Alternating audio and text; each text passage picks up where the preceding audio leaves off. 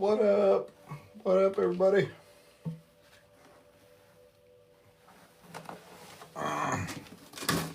We are coming in it with a plan today. We are going to make last live's painting better on this painting. And the good news is I get to stare right at it while I do it. So, awesome sauce. So, we are going to get some liquid white on this. I'm going to spray it down. I'm going to spray down the back with some water to tighten it up. We need to get that done before we start.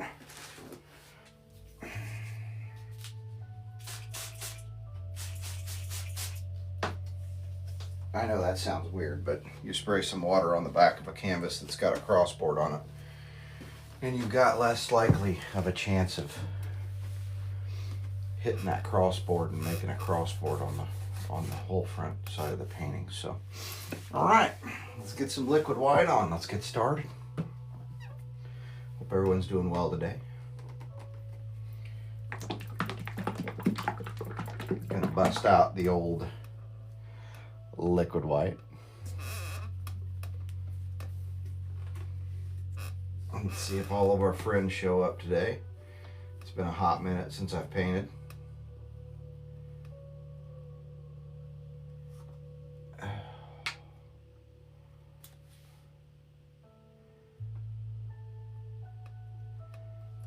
All right, so let me get my applicator brush here. We're doing another 18 by 24. I'm not a huge fan of it, but it is what it is. I'm used to 16 by 20, but that's okay. Just got to make things bigger is all.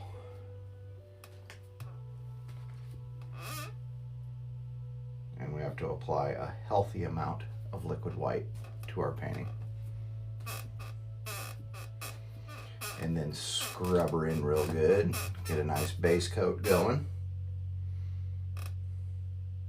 Looks like everybody's filing in. Get a good Friday to you all, or early Saturday morning, depending on where you're at in the world, or Saturday afternoon, depending on where you're at in the world. That ought to be enough.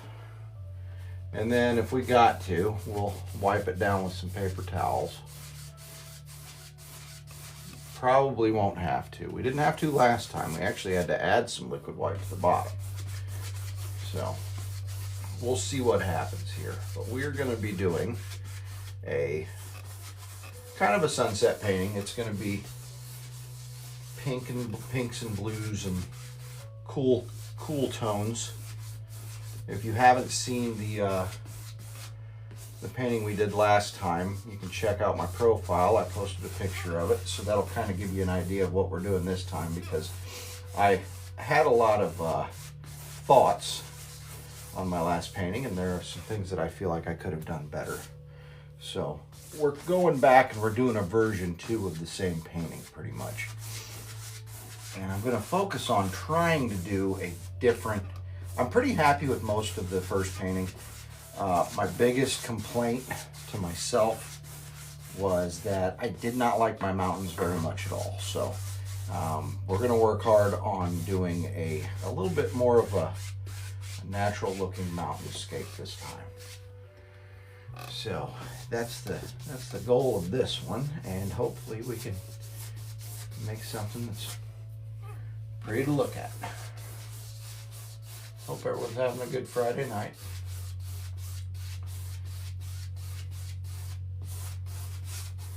If you guys don't know, my name is Justin. If you haven't joined us before, I am 3 months into my painting journey, and we're having a good time with it. Having fun, learning a lot.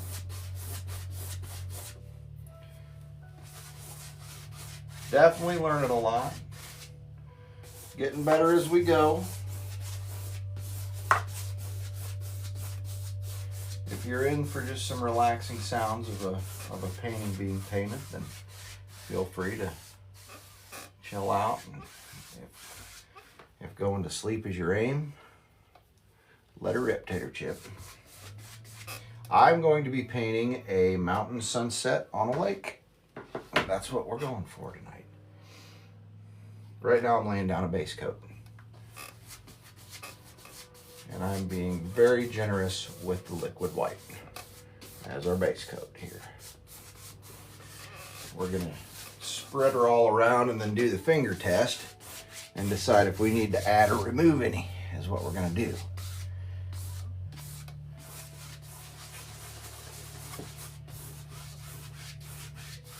We've had a lot of really dry weather lately. It's been a little wetter than normal, so hopefully the humidity content in the air will keep me at a pretty moist base coat that's not too oversaturated, because we don't want to be mixing mud. That's our biggest thing. No mud mixing. All right.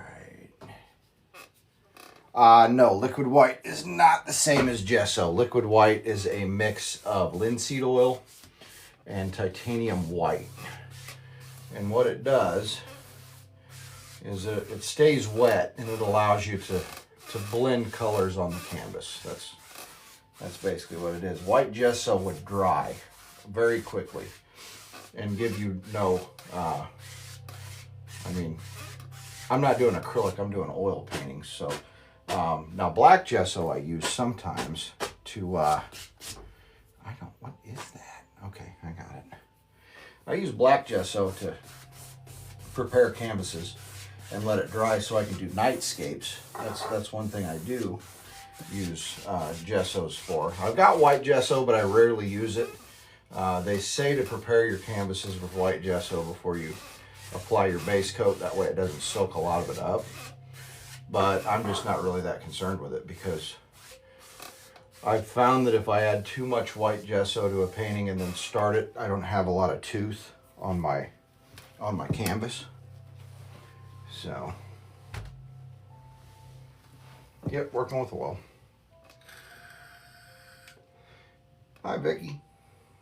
But yeah, if you guys stick around and watch through, you'll see some fun stuff. And I haven't gotten too many complaints, a couple of critiques here and there, but everybody seems to be pretty happy with my results when I do paintings like this. And we actually come in at an advantage because I know what I'm painting. I have a plan, which usually we don't. Usually I just go into it and I'm like, well, we're gonna see what shows up on the canvas. But tonight I'm redoing a painting that I did, about a week ago, something like that.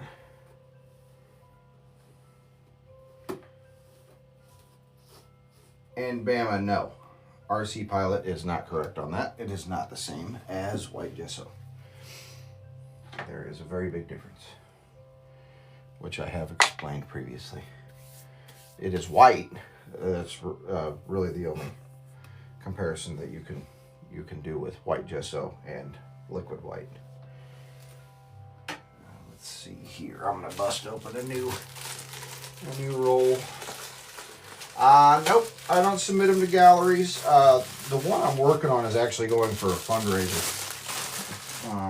And if this one's better, it's going to go to the fundraiser as opposed to that one, because the one I did's okay. I'm kind of a stickler for not necessarily perfection. Yeah, we're a little wet. Slightly wet. So I'm going to run this paper towel along it and take a little bit of it off. And then we're going to go back over it with the dry brush and spread her on a little bit more and see where we're at. I just don't want to have too much liquid white, or else we're mixing mud. Bear with me a few moments, guys. I got to get my applicator brush dried out.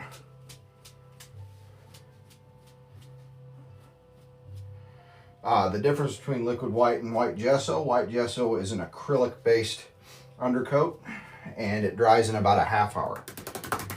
Sometimes faster than that, depending on the humidity level in the air. Liquid white is a mix of linseed oil and titanium white that is oil-based and stays wet throughout your entire painting. That is the difference.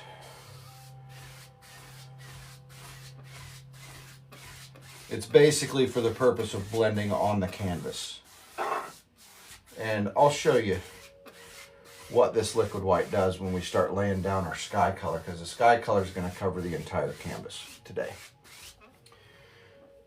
All right, let's do the finger test again. We'll do a thumbprint down here. That's looking good. All right, looking good. I like what we got here. It's a little thicker in some areas, especially down on the bottom. But down on the bottom, it takes a while to get to anyway. I don't do 30-minute paintings. This will probably take anywhere between 2 or 3 hours, something like that. Can you guys see the entire painting? Let me pull you back a little bit. There we go. Well, yeah, that's pretty much the whole thing. Okay, so let me bust out my least favorite brush, and that's going to be our applicator brush for our background. That's going to be this one right here. And the reason I don't like it is because that part right there, oh, sorry, that part right there kind of bows out, and I can never get it straight. So it's got messy hair. Okay. So, hey, thank you for the rose. I appreciate that. Well, I mean, yeah, it's kind of a wet on wet Bob Ross technique is what it is, but we'll have a finished painting here in about 3 hours. And as a community, we work on the painting together. So people who have previously been in here, they know how it works. If you've got a suggestion, if you've got a critique, if you got something that you think would look a little bit better, toss it out there, man. Let me know your thoughts. It's not just my painting, it's our painting. That's the goal here. All right, so let me get my alizarin crimson out. So the entire undercoat of this painting is going to be in alizarin crimson. And mixed with the white, it makes a nice pretty pink color. So we'll get started on that. I get one color out at a time as I work on these things, because it helps me manage my palette a little bit better. And I'm not the master at managing my own palette. So I'll come in hot up here. And like I said, we're covering the whole thing in alizarin crimson. So it doesn't matter how dark we end up. It can all be the same shade of crimson, or the pink color that it ends up. It can be pretty much all that color if we want it to be. I am going to put some clouds up top here, so an even coat is going to be a better coat, in my opinion. Yeah, I've been painting for 3 months now. We have to be careful in the middle because we've got that cross member, and even though I did spray it, that cross member can create a bar that goes up and down the whole painting, and I hate that. Legit. But yeah, been painting for 3 months. I got my painting supplies, my first set of painting supplies on Christmas of 2025. And I am on, this will be my 40th painting. I've painted 40 paintings since, and here we are.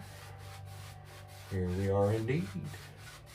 See, you can see that line, and I'll try to blend that out, but that just might be the way this painting is going to go. I tried to tighten it up with some water on the back, but if we blend it right, it's very possible that we can avoid that. Hello everybody. But yeah, 3 months I've been painting here. I am also a full-time photographer, and I've been an artist pretty much my whole life, so I do have a leg up, you could say, on the deal.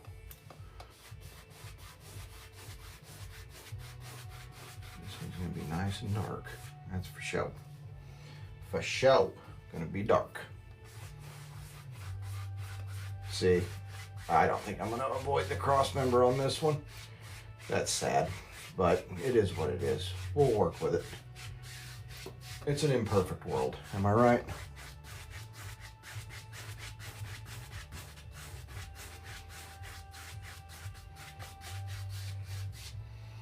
And you can start seeing where we've got lights and darks. It's really easy to see on the video. We can do some blending and mixing and stuff like that. Honestly, it really doesn't matter. It's going to kind of look like clouds anyway. So, all right. Keep it on here. See, you guys can see that cross member, and that's kind of sad that that's how it is, but you can see my dry spots too on my liquid white. But we're gonna paint in some water down here. The sides don't exactly matter, but I am going to be filling the whole bottom with the alizarin crimson as well. Usually put a sheen on the water, but we're not going to do that this time. I don't like to put a sheen on the water because I don't know where my land's going to be, so I just kind of go straight across. And we'll just take that all the way up here. And then we can decide where our horizon line is going to be.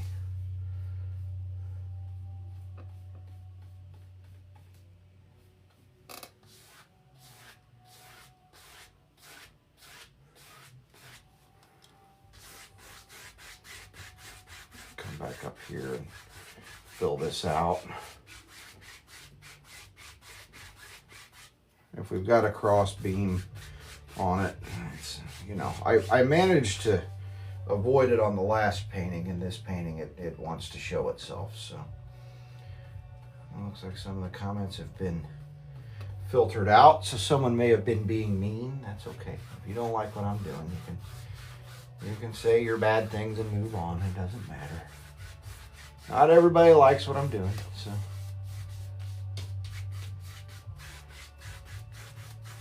I guess the community experience has been protected, according to the old TikTok. Protect the community experience, everybody. Do you guys feel protected? I know I do. Yeah, stay tuned. We'll have trees, we'll have mountains, we'll have lakes. We're gonna hook this thing up, man.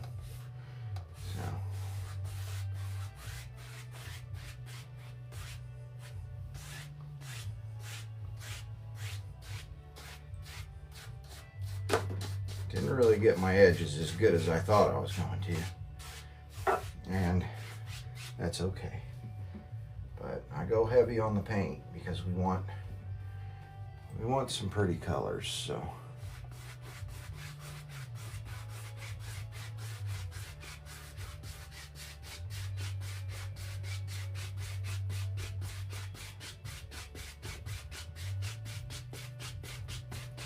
Board kind of blended out up there. Might be able to blend out right here, or just make it dark enough to where it's not gonna act a fool. Like I said, texture doesn't matter right now. I'm just laying color, so we're just gonna keep on laying it until I feel happy, and then we're gonna blend. We're gonna take a dry brush or dry clean this one and try and run our colors in, get rid of brush strokes and all that good stuff. I'm going to come down here and run this in a little bit more and fill our, I have an imaginary horizon line of right about there, but I don't know if that's exactly where we're going with that or not. It's going to depend.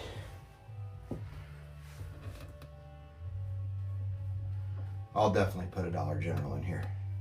And a Casey's. They got darn good coffee. We all know it. We all know it. I am from Central Illinois, so you don't have to go far to find either Dollar General or a Casey's.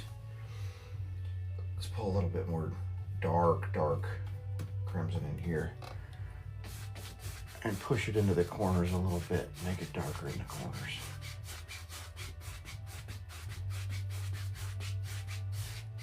There, that's a little bit better.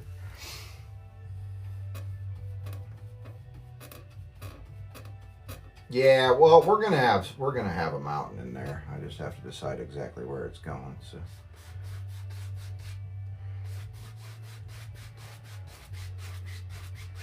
Just have to decide. I hate getting hairs on there, but got a hair on there. Now, it don't look like much, I know, but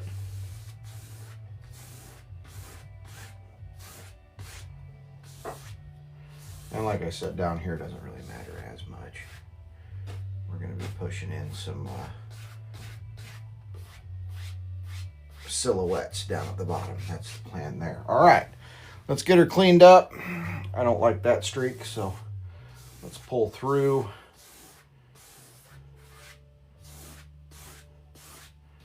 Have a nice dark undercoat here. Give her one more look and one more once over. That looks good enough for me. It looks a little bright right here to you guys, but don't worry about that. This is all going to be land and lake. Actually, it is worrying me. Let's just go all the way across and we'll figure out what we want to do down here at a later time. Something. We're going to do something. Sorry, had a hair there. And it's still there. My daughter's cat loves to come in here. When I open the door, he runs right in because he knows that I don't want him in here. So then I end up with a little bit of hair every now and again.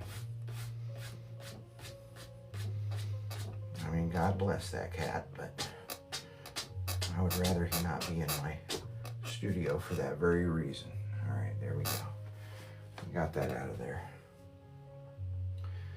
You guys, I appreciate the likes, shares, follows, stuff like that. I go live as much as I can with paintings, doing paintings. Usually if I do a painting, I'll do it live. So if that's something that you dig, give us a follow. I really appreciate it. Thank you for the heart. Very cool of you. All right. Let's just go back and forth on this, and then we'll start putting in some clouds and start our painting. I feel like we've got a pretty good underpainting here and a nice undercolor apart from that bar in the middle. But like I said, imperfect world.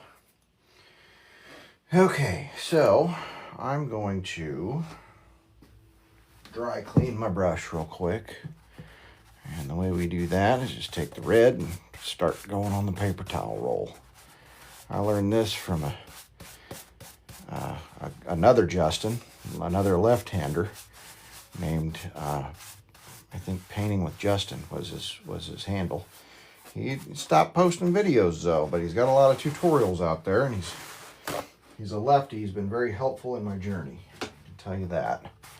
So it's sad that he's not posting content anymore, but maybe he's moved on to other things, and I do wish him the best. But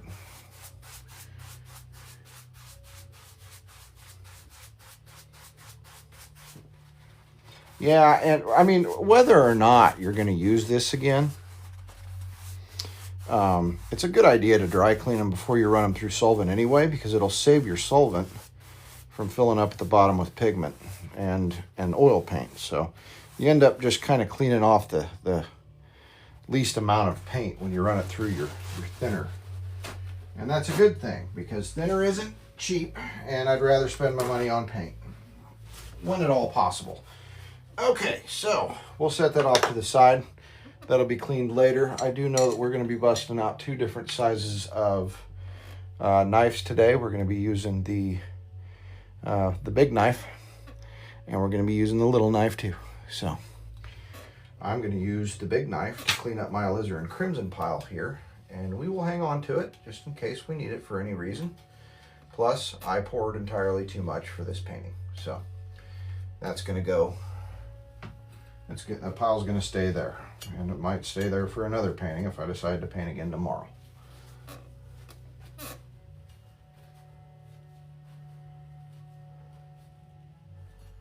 Yeah, Scott, that's a great idea. Yeah, I hate that line, man. That line it's distracting, but we might be able to go over it to the point where it's barely visible, depending on what we do. So I'll work with it.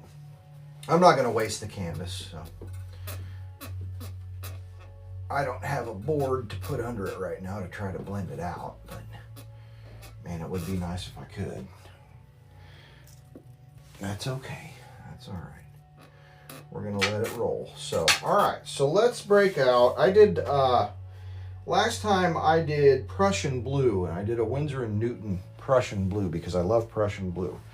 But on this particular one, I felt like it was a little strong. Bear with me a few moments here. I have to figure out. So, what do we got? Midnight Black, Mountain Mixture. We're going to be using that. I may as well bust that out. I know we're going to be using that.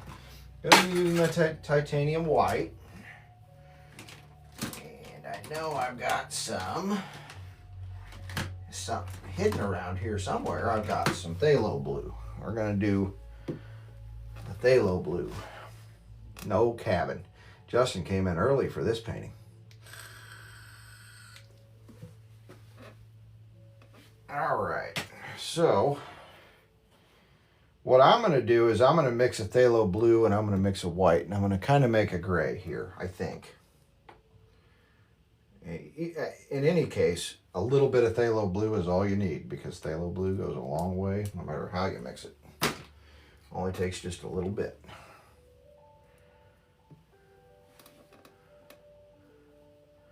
Oh, I know it is. It's perfect. I should have used my Winsor & Newton for this, for the sky, because it's a little bit oilier. All right, let's put this stuff away for now. I don't really need it out. And let me take a little bit of phthalo blue and all this white and mix it together and see what we get. I do know that I didn't like my clouds last time, so we're going to try to mix up a little bit less strong of a cloud mixture. It's still a blue, it's just not as blue as phthalo blue is naturally. So, like I said, in previous paintings, I wish you guys could see my palette, but sadly I can either show the painting or I can show the palette. Let's add a little bit more white, or maybe even just a touch of black, and I mean like a touch. So this will be the first time I use my Midnight Black tube that I just bought, and we'll get just a little bit out. That way it'll be kind of a gray color, and we're going to do an undercoat of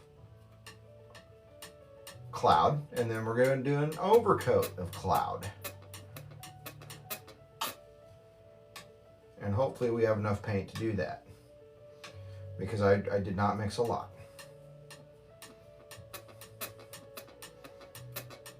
I kind of just have a blue color. I didn't leave it very marbled. I kind of washed it out a little bit, but it is what it is. Okay, so let's grab a, what are we going to use? Let's use a 1-inch. We're going to do a 1-inch brush. And I'm not going to do dark purple. We're going to do, trust me, put a little bit of trust in me. We're going to load her up, both sides. And if we don't like the way this looks, we'll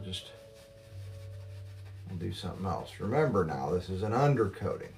So, and undercoatings look like, well, undercoats.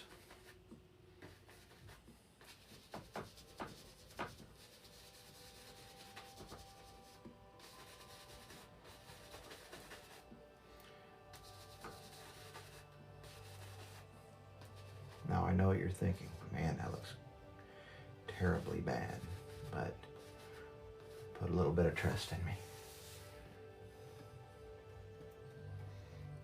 We may switch to the fan brush, but I'm gonna brush in one more down here. Actually, you know what? Before we do that, let's use another 1-inch brush, and let's blend down. We can always come back and top these off with white. That's okay. But I want to blend down and then layer is what I want to do. Bring that up. blend this down. Yeah, I like that. That's moody.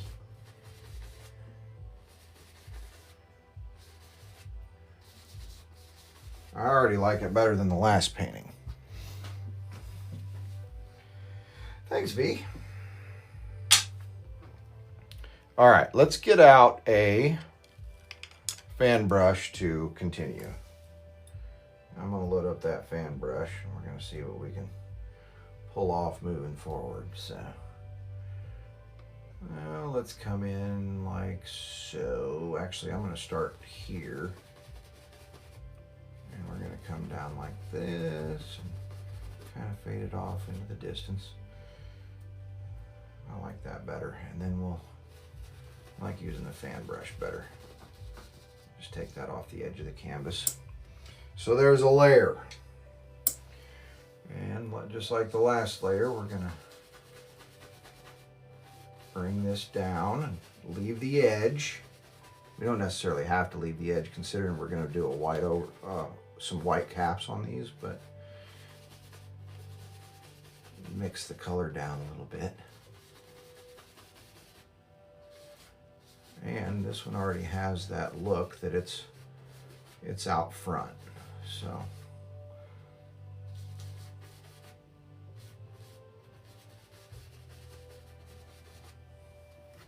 I think any good painting deserves a strong sky. Not too strong. All right, let's keep on going. Now remember guys, this is our shadow and we're dropping that first. And then I'm gonna come back in with some white and you're gonna see the magic. You're gonna see the magic occur. Sadly, I think we're gonna have to mix up a little bit more cloud color. Hopefully I can make it work. I don't know, we'll see. See if I can bring this down just a little bit more. Just bring the color down.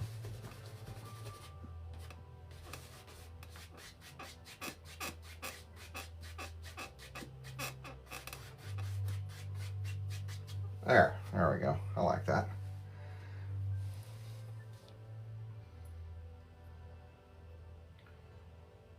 Thanks for the shares and the likes, you guys. All of the above are welcome. I'm gonna kind of leave that the way it is. I think I like that.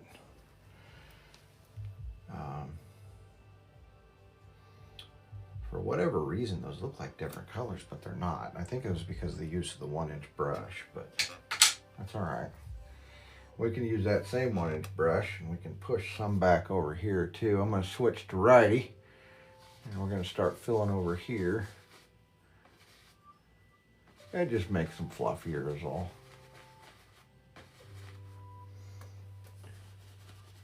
Go back to lefty and fade that off into the distance.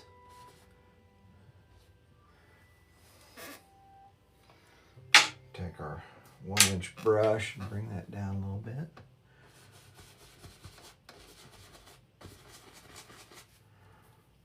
I'm having a hard time seeing on this side. And the reason I am is because I've got a glare from my lamp. So I'm gonna have to kind of maybe get my fat head in the way here, and I apologize for that.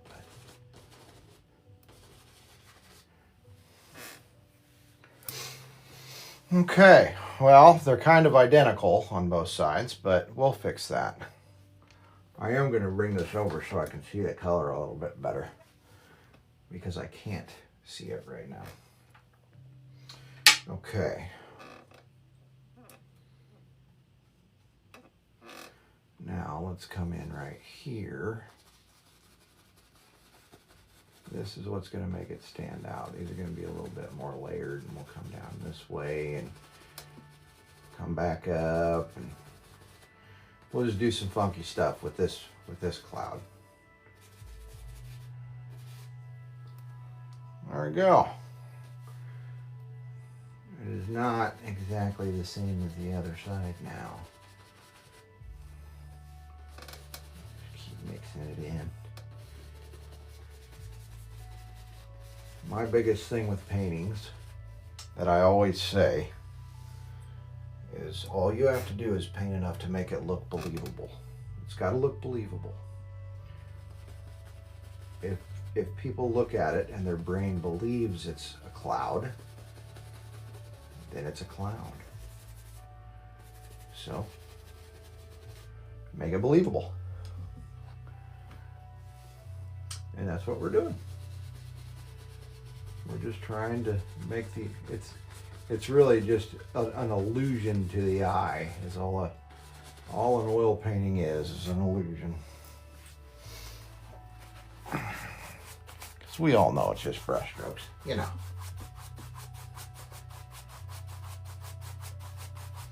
I'm dry cleaning my brush here so we can pull a little bit more of that color down. I don't really like the fact that we don't have a lot of, I want a little bit more body. And technically we could just leave this the way it is and call it our clouds, which I'm not 100% against, but I would also like to add some white just for the sake of argument. Call me crazy. So there's kind of our, it doesn't really show as much contrast to you guys as it does to me, but we've got, it looks pretty good live, I can tell you that. I like it. Always leave your cloud tops. Leave them crisp. That's really all we want on the top. We're going to go mountain next, and I am going to, I'm going to do a little bit of brush maintenance here, but I'm going to keep that. We're going to want to clean off the fan brush because we're going to be doing, I am going to put some white down, by the way, on the tops of these clouds. And hopefully we're not too dramatic, because you don't want the sky to be the, you know, steal the composition, but we'll see.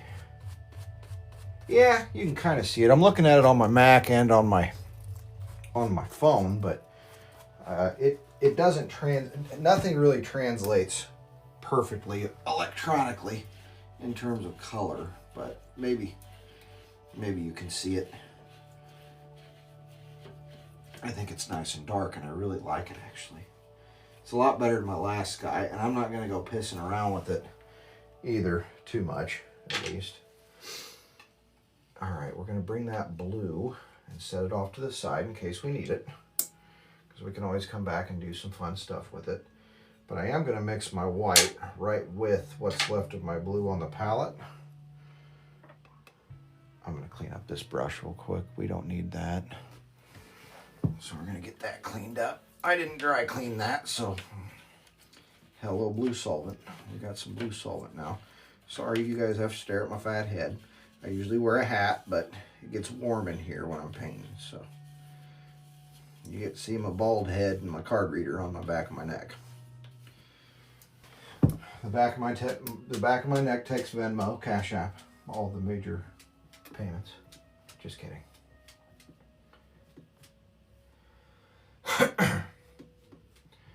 Dating sites. What are we talking about dating sites for?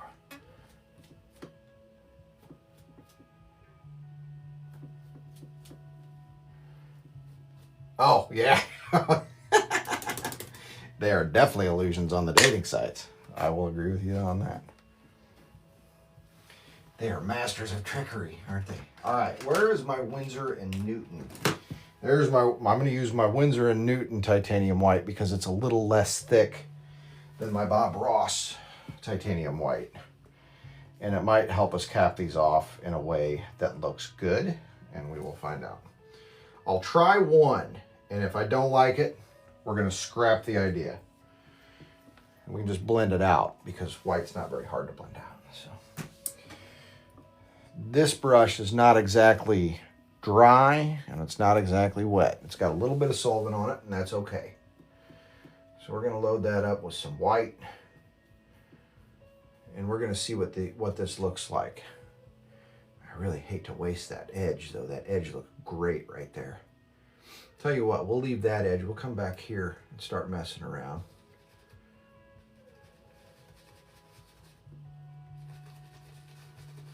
And we'll just start laying in some white up here.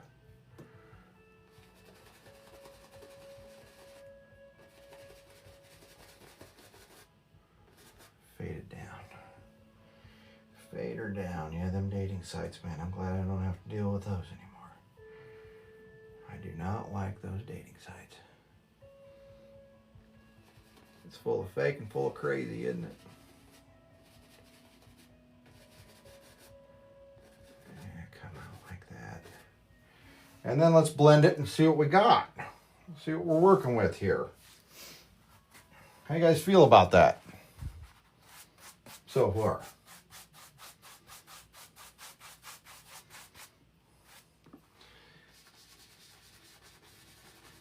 And just like the other one, we're just going to kind of bring it down and give it a little sheen on the top.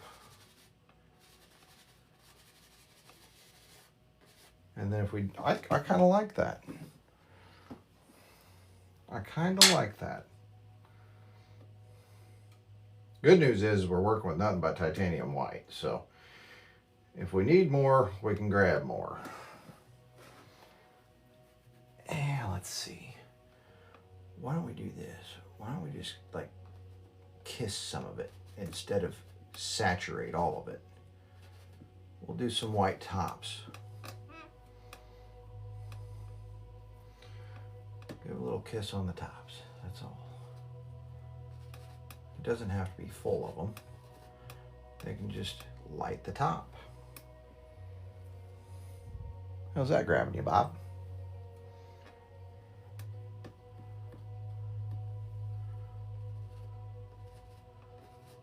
Yeah, you live and you learn. And we can still blend that in a little bit to make it look a little bit more believable. Not everything needs it, but we're gonna kind of do the same thing over here. I'm gonna do a little bit of a brighter one back here. So let me pull this over. I'm gonna just start right here.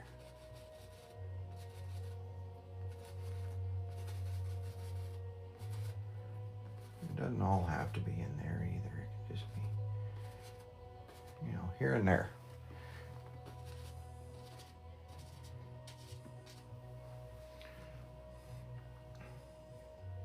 A little stormy looking if you look at it right. Oh, oil is, I tell you what, acrylic is it can be forgiving. From what I've been watching, and it can be forgiving in that you don't mix, there's no mud mixing. So once your background dries, you can always add to it, and then you don't have to worry about everything getting all muddy. But yeah, in oil painting, you can turn something that was originally good into a work of mud very easily if you overwork it. So you've got to kind of choose your battles, I guess. You can put a little bit right there. There we go. Okay. Now, let's dry clean this again. That's dry clean. And I'm just going to go kind of, you know what, we should probably do that with a 2-inch. Let's bust out the 2-incher here, the clean 2-inch.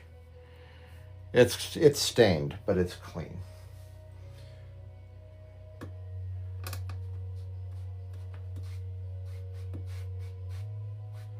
You know what? I think we need more white on that. That's going to bug the hell out of me if I don't. It don't look right. It's lacking depth.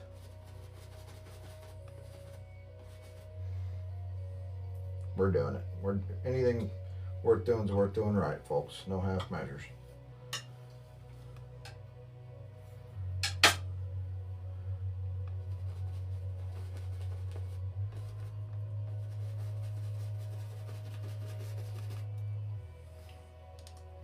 Okay. Now,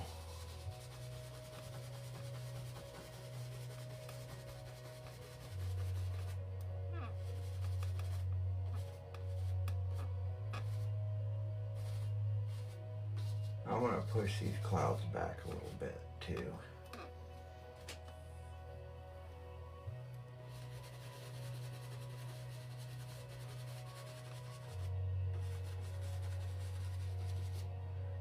Just push them back. Blend them down a little bit, push them back a little bit. They don't have to be the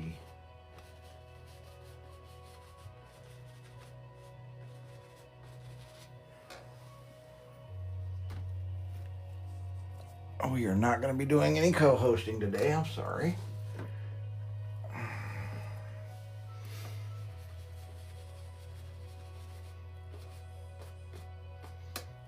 Pull that out. Pull some of that down a little bit. There we go. I like how that's looking. That's looking good. Okay. How are we feeling about that, you guys? This is oil. Thank you. We're doing oil today, and I'm going to leave that as is. I'm happy with that. I am now happier, as Ed Sheeran would put it. Let's get a drink of tea. Hey, thank you for the hearts. I appreciate it. Very awesome of you. Very awesome indeed. You guys be sure to give me a follow. I try to go live as much as possible. Okay, so here's how we're going to do this a little bit differently than the one I did last time, because I kind of centered up my mountains, and I didn't like them. So I'm going to the focus of the mountains is going to be to lay down some tree lines at the bottom, which are going to give us start giving us our foreground slowly. So let's do some cleaning on the palette real quick. I will probably not use that white again, so I'm going to clean that off. Clean up a couple of brushes because we're going to be busting out the 1 and 2 inchers for the sake of laying in the illusion of distant trees next. Not next, but at some point in the future. All right. Clean that up. That can be ready for us for our, we're going to be laying in some trees. And I need my fan brushes to be clean when I do that. Actually, I got a brand new fan brush, but I just don't know how to feel about it. I'm on the fence. We'll lay that down here. Sometimes when things are a little bit more worn in, they work a hell of a lot better at painting. That's why some of my newer brushes get neglected to be used for a while until I work up the guts to actually start using them. All right, got this 1 inch cleaned up. Sorry about that. We'll get her centered up for you guys. Man, Bliss will be in Maine. Please would be nice. So demanding. You want me to do the dishes too? All right. Just kidding. Sorry, Ma.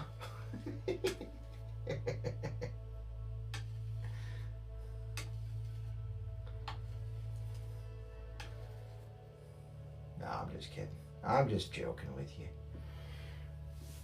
I didn't realize it wasn't centered back up, so thank you for letting me know. Squeaky wheel gets the grease, ain't that right? All right, mountain mix time. And we're going to decide how we want our mountains to look. That's coming up next, folks. Thank you. We got a sky. And we've got pink, by God. Sky and pink. I could lay in more clouds if I wanted to, but clouds aren't the point. All right, lots of mountain mixture. Lots and lots of mountain mixture. I'm going to have to reorder some of this like almost ASAP because it is amazing stuff. Mountain mixture, if you don't know, is what's called being lazy. It is literally called mountain mixture. And it helps you to avoid having to mix up phthalo blue, alizarin crimson, Van Dyke brown, all that stuff to make the mountain mixture. So if you want your mountains to be a different color than kind of a bluish whatnot, then you would need to to do it yourself, but for me, this color has been amazing. I like it. All right, so we have decisions to make on how our mountains are going to look this time, because my biggest complaint last time was my mountains. So we've got a roll of paint here, and I've got to do some thinking and figuring on exactly how I want to lay these out and how I want them to look, but we don't want them to look all the same. So, yeah, I'm not going to do a canyon. It's going to be a mountainscape, but it's going to be, this time I do believe it's going to be maybe a little off center. It might be a little off center. I do know we're going to be going high and coming in low. Well, I don't necessarily. I'd like a peak right here. We may as well just start with that. So I know I want a peak right here.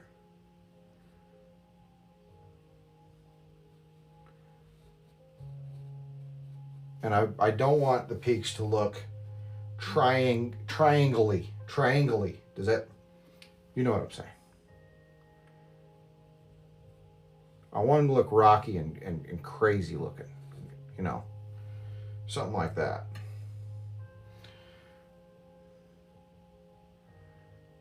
And you can even come in and, you know, do something like that too.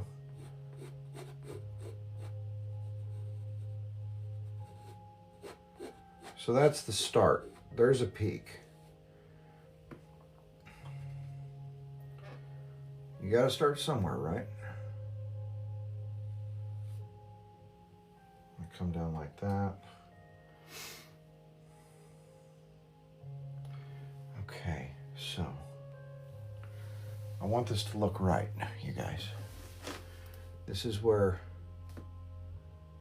oh, we're gonna have a peak maybe down here. And the cool thing about it is we can change it. If we want to change it, we can change it. But it's gonna be a different mountain than we did last time, and it's not going to be as prominent in the background as our last painting.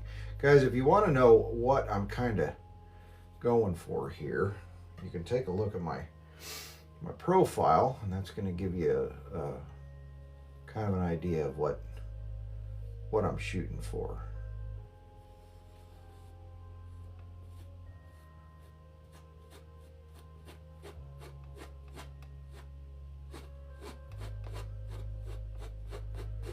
Before you say it looks ugly, just give me a chance to make it look uglier. All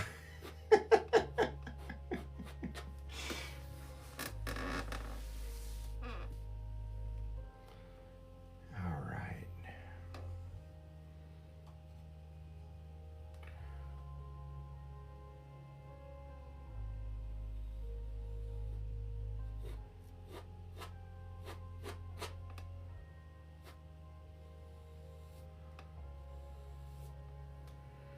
I don't mind doing stuff like that because I can come back in and make more peaks if I want to. Nothing says we have to, though. And as I do this, you can start understanding where this is going. If we do it correctly. If I don't, then it's going to look stupid. But all of my light comes in on this side because I'm a lefty.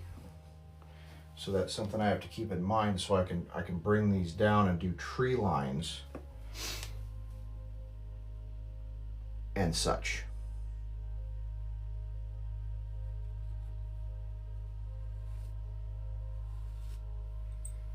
So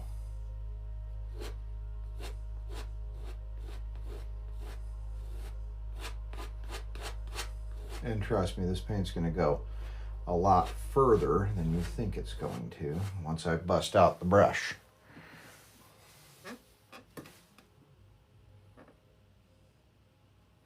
I guess. Does this look like a castle to you? Because if it does, cool. I hope that it does.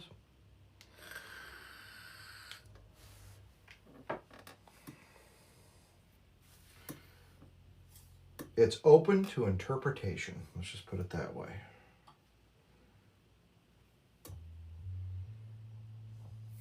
Okay. I'm going to do one more peek. Maybe not a big one.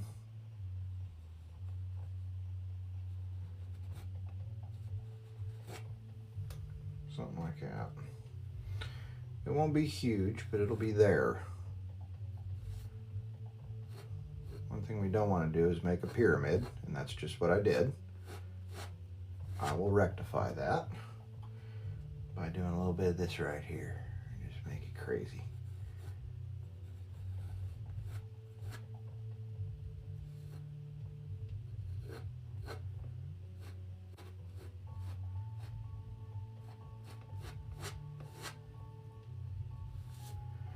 Okay, so that's the start. Now, let's get the 1 inch out. Beat the devil out of it, because that's what we do. So we have to determine what is in front of what in terms of this mountain, okay? You guys catching what I'm pitching? You also want to pull out as much paint as you can, so that way our white breaks when we lay down our white. And we can pull this down a little bit too. Nothing down here matters. We're just, you know, all of that, we can pull it down really as far as we want.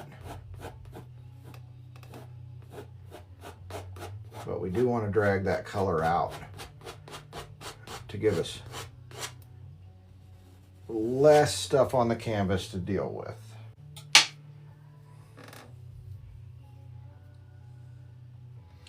Lightning bolt, huh?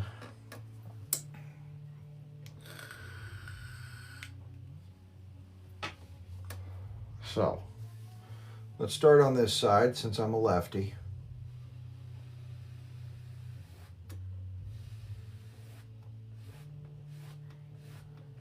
And just go ahead and pull it out.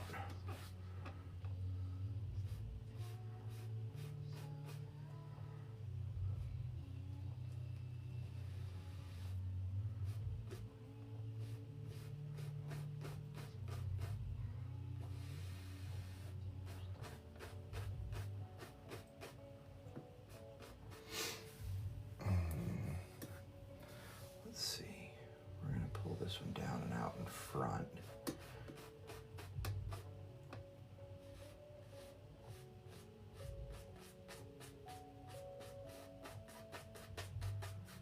And fading it is okay.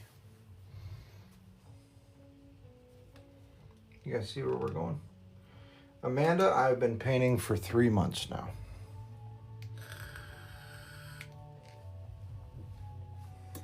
See, and this can even come down even further. You just, you know, you can kind of see a peak coming down and just go with it. We'll fade that in. We'll fade that in.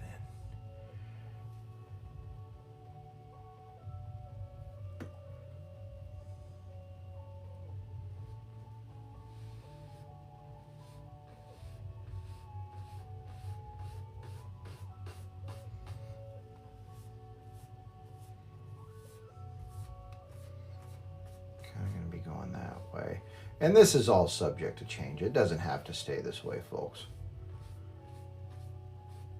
The brush strokes kind of just give me an idea of where I'm going here.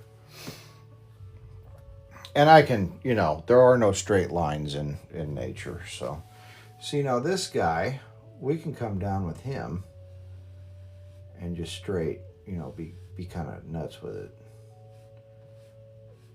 Have a peak that kind of goes like that. Does that make sense? I don't know if that fully makes sense with what we're doing.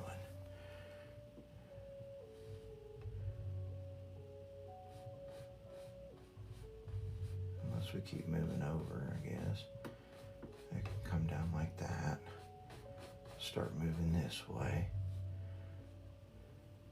We're definitely going to want to pull that out that way. Kind of screwed up my peak there. It's all right. That's a quick fix.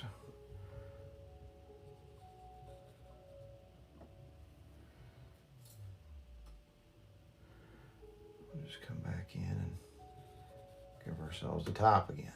Now we've got a little mountain ridge there. Let's pull this out. We'll come back and mess with that some more. Hi, Jasenia. How are you? Welcome.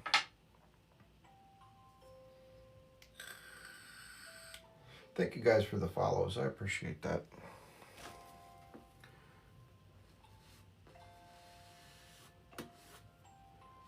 I'll come down with this. Kind of go that way, I guess.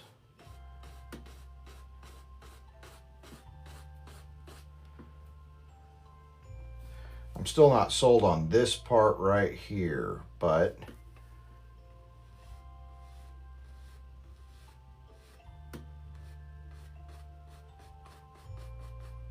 tell you what, we'll work with it as we go.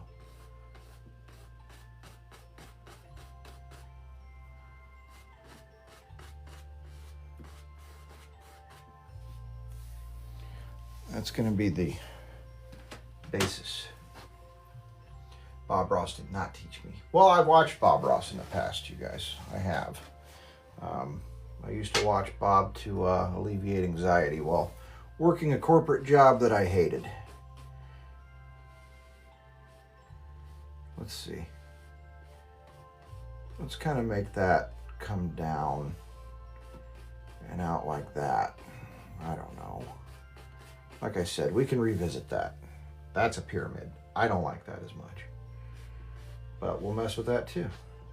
None of this stuff is set in stone right now because we got to lay white, and as we lay white and shadows, that's going to help us determine where we want to go and what we want to do with this mountain here. Oh, I got the puzzle piece, you guys. And I screwed it up. Let's hopefully I get it before it kicks me out of here. There we go. Puzzle piece is hit. Once again, they always try to trick you. Get the live to shut off. No, it's not in the sky. You think it's in the sky. You're not seeing the big picture here. Trust me. Stick with me here.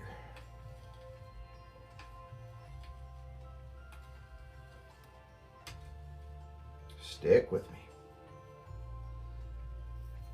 Okay. I'm going to take my blocking in color, which I've got tons of. We're going to set that off to the side with the rest of our stuff and come back to it because we're going to be using it for our mountains and our whatnot. Not mountains, but our trees that are going to go below this. Okay. Blissful spirits. That is me addressing you, by the way. You will see what we're going to do here. Thank you for the heart, Jeffrey.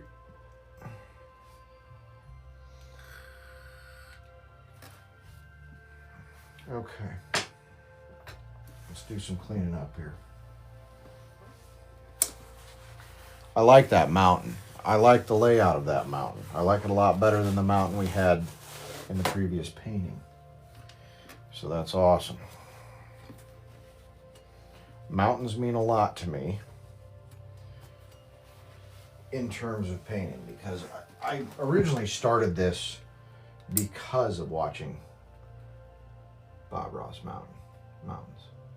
Steven, if you feel like you're waiting too long, swipe up or left or right or wherever the hell you gotta go.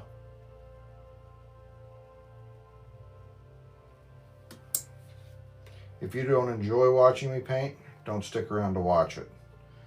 So, I'm just going to tell you that right now.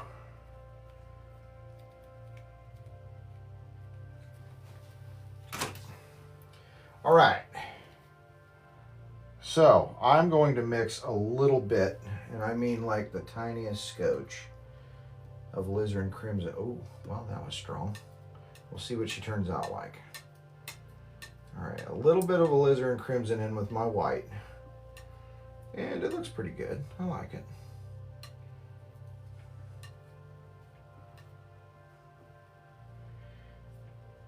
Yeah, pal, you're not gonna get anybody kissing your ass around here. So if you don't like my process, get on down the road.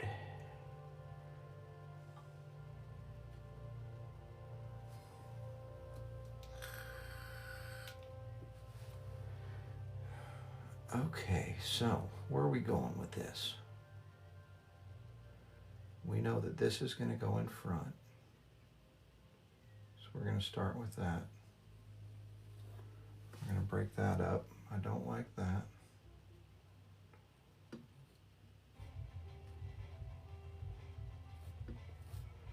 Pull that down a little bit.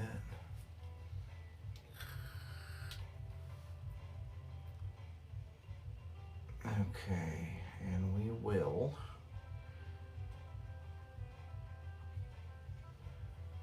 pull this guy down a little bit, but I'm going to leave a lot of shadow there.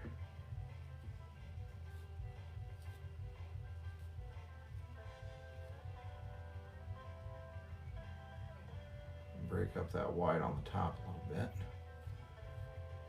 That way we can differentiate between those two peaks there.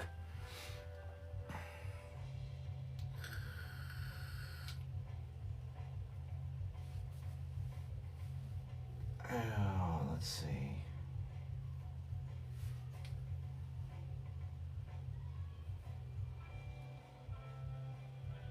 What? Who else is Oh, Steven's already got 2 strikes. Bro, you're out of here.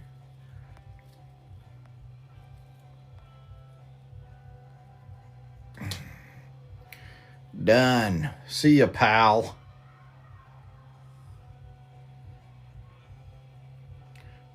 I didn't kick you all the way, but you're muted for this live.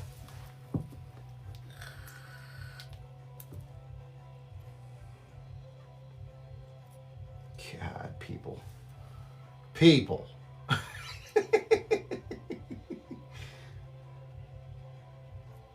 People, you guys are like, ooh, Justin got mad. He never gets mad. I can be a little bit of a bitch sometimes. I'm not gonna lie. I can be a crybaby. Not a cry. I'm just sticking up for myself and you guys' experiences. That's all.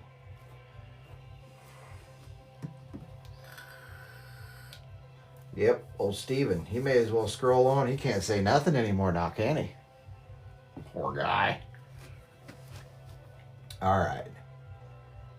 Let's see.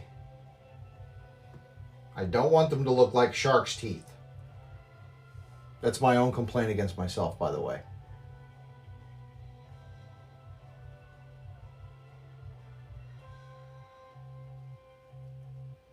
So I'm taking my time on my mountains this time because I want them to look like actual mountains. That was my biggest thing with my last mountains. I felt like it looked like the bottom jaw of a shark. And I don't want that. I don't want it for me, and I don't want it for you guys.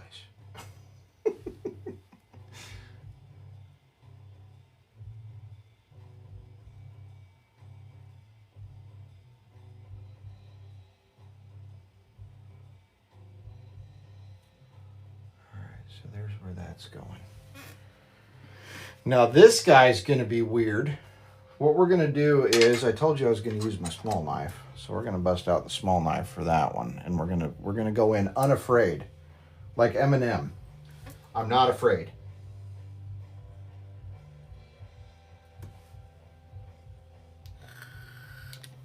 And we're just going to come straight down. It's going to come right about here.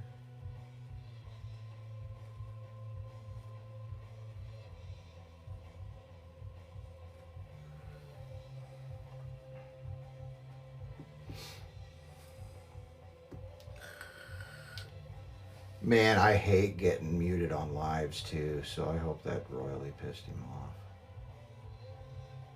I'll just leave. I'll be like, well, if I can't talk, I'm out of here, man. I ain't putting up with this.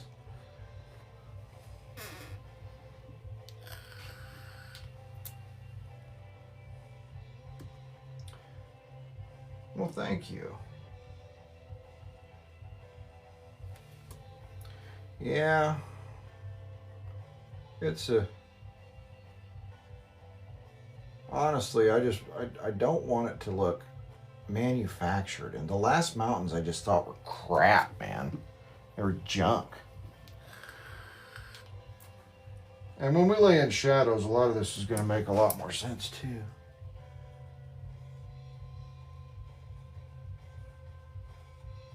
Like I said, we're coming down straight, weird peaking coming down here. I prefer this whole thing look like it's kind of a busted rock face. Yeah, Patrick, some people are just going to be like that. And usually I'll just ban them and then they're done. But we'll give, maybe Steven wants to watch. He just wants to watch in a hurry. But this ain't Bob Ross. This is not photography, clearly. And I am not 100% confident in my workmanship as of yet. That's going to be a tree line. I needed that, okay? And this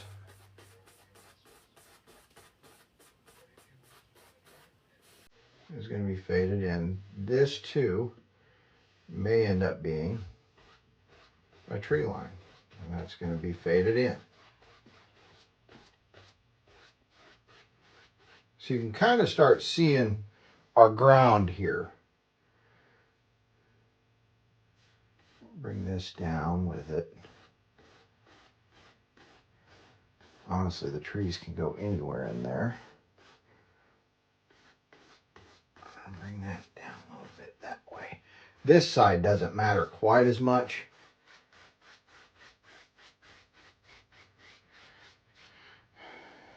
And there's our groundwork for a tree line right there. Boom. Like a rhinestone cowboy.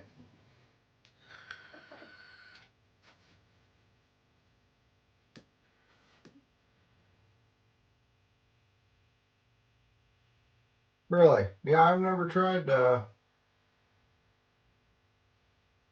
Well, Vaughn, it's not too late, man. Or lady. Get up and get to work. Let's do this. All right.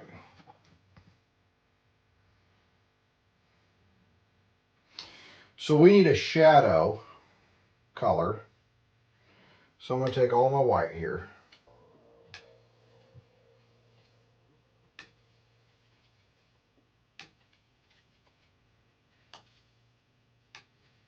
And we're going to grab up a little bit of blue, a little bit of mountain mixture, and we're going to darken it up.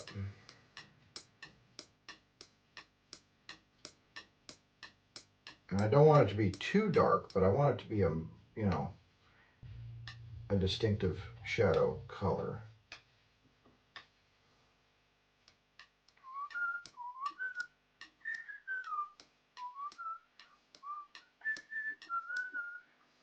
Okay. Let's see how that makes us feel about things.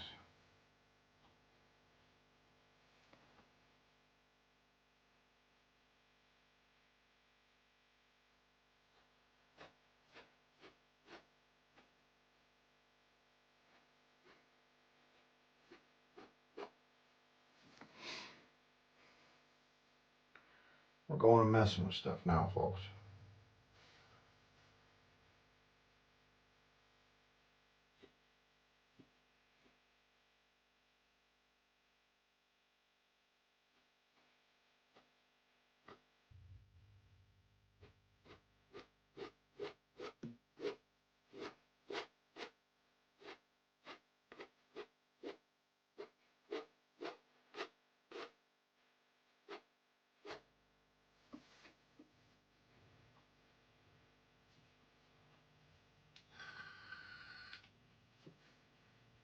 Yep, this is oil. We're doing oil tonight. Thank you, Crypto. Thank you so much.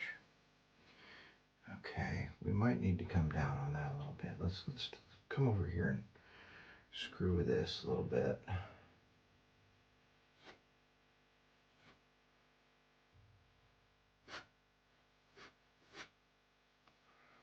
I need my smaller knife.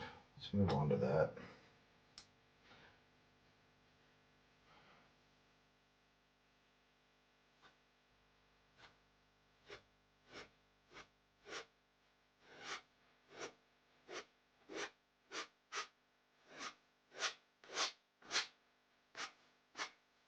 A little rough on that side. A little rough on the beeve. Okay. I don't like that at all. That's my biggest complaint about this entire mountain. Because that looks like a pyramid.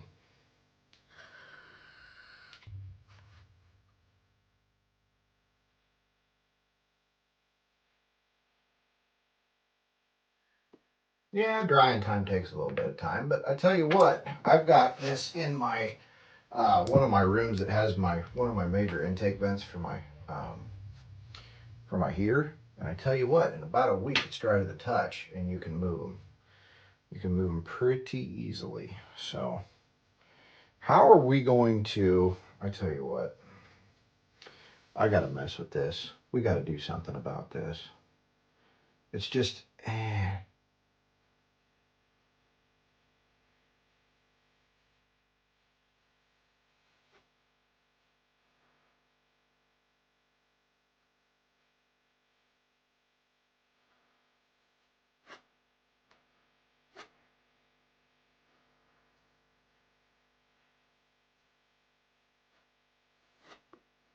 I don't like it can't look perfect.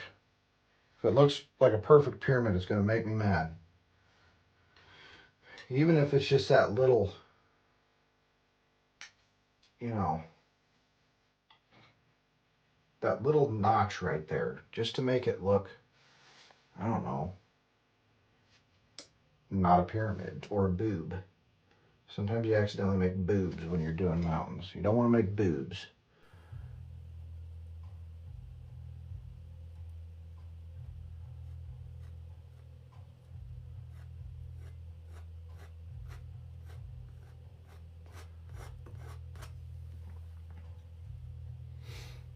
This ain't that kind of a show, you guys.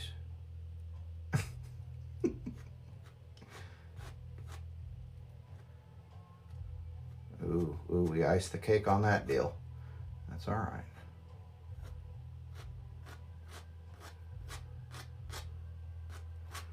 There, that takes away the imperfection. Thank you guys for the follows. I appreciate that.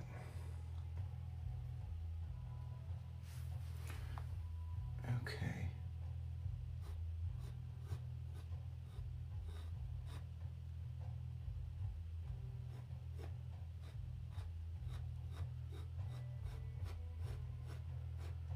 And this, just like anything else, don't kill your darks.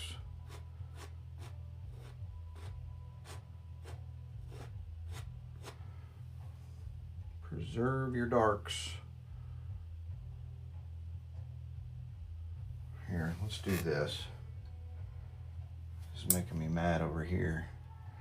I'm going righty. God help us.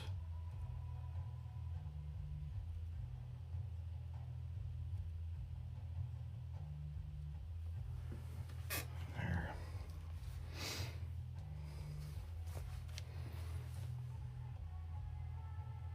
I guess I didn't have to go righty on that, did I? Oh, I like that.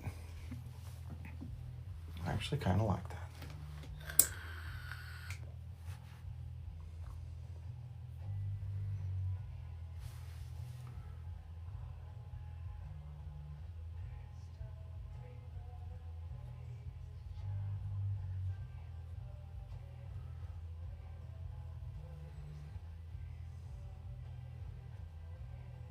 Oh, hell. Well, that's going to be a distant peak back behind there. In fact,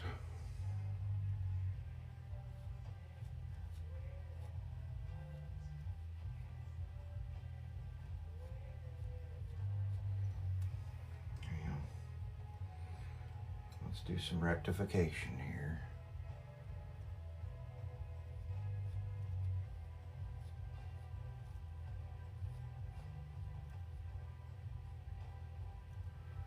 There, we'll mess with it a little bit more. If anything, I can bring it in and down.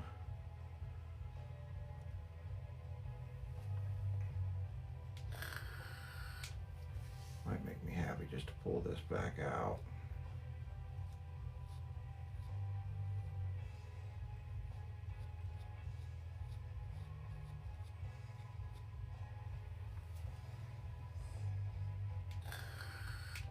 We're gonna have to rectify that. No mistakes, just happy accidents, guys. Let's see, let's come down. Come up.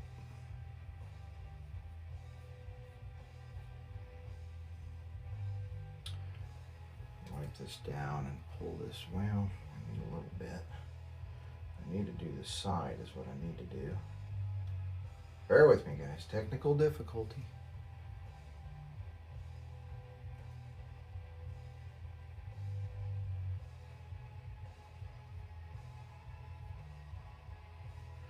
There we go. We made it make sense, didn't we? Okay, now.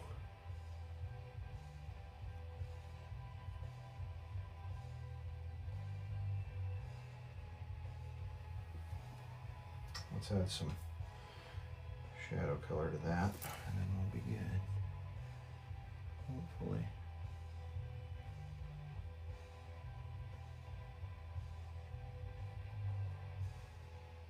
Mountains are imperfect things, aren't they? And they don't have to be perfect. There. There. Lazy lo-fi? Not quite. I'm just Justin. Just call me Justin.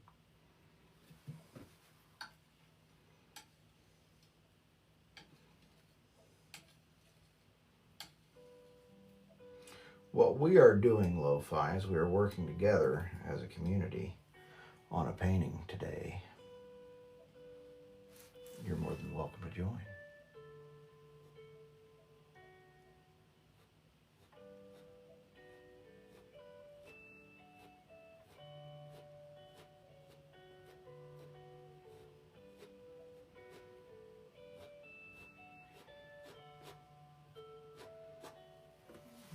Peak there, coming down like so. Thank you. I kind of have a reference. This is based off, I mean, the mountain isn't really a reference at all. The mountain was from my own mind. I just kind of drew it out, and here we are. But the concept is from another painting. If you roll to my profile real quick, and yes, there will be water.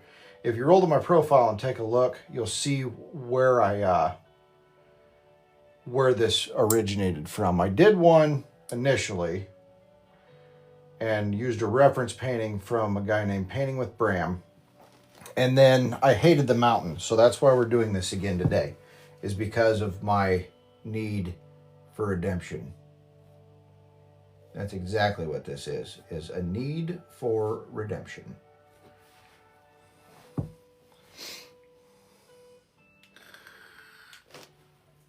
Okay.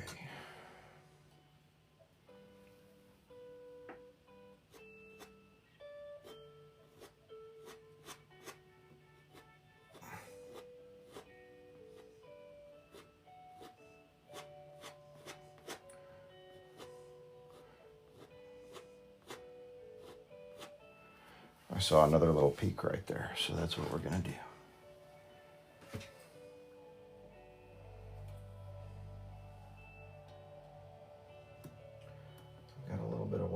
Here. Hey, thanks for the gold medal. The gold medalist Justin over here. Thank you so much. That is much appreciated.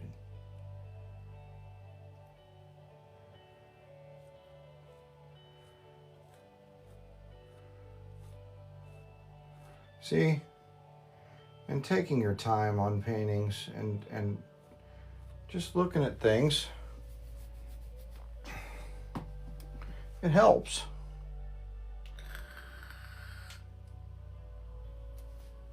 Watch this. We can even do that over here.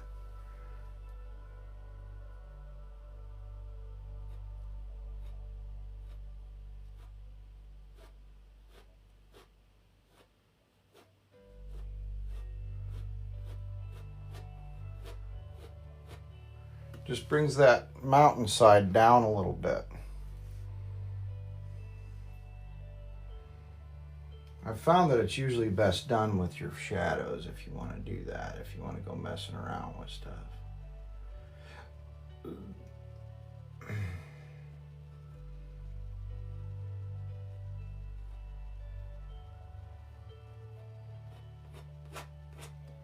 Oop, oop, oop. We've got some scrapes there. All right, we'll quit pissing around with it. I feel like our mountains are strong and good.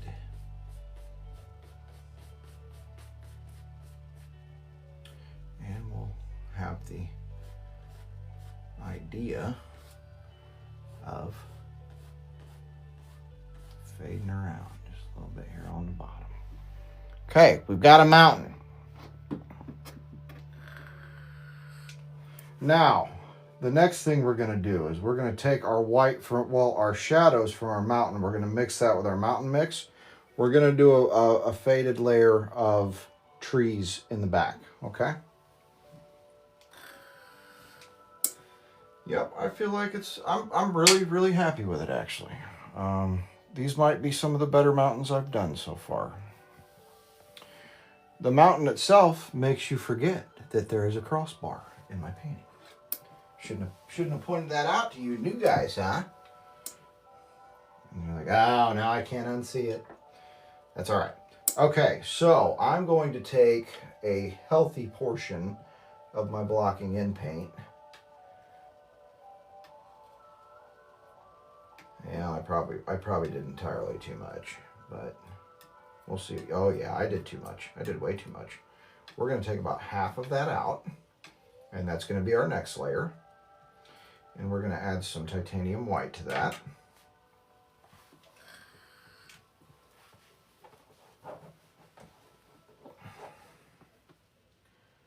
Well, it's not paper. We're using a wrapped canvas. I use canvas board too.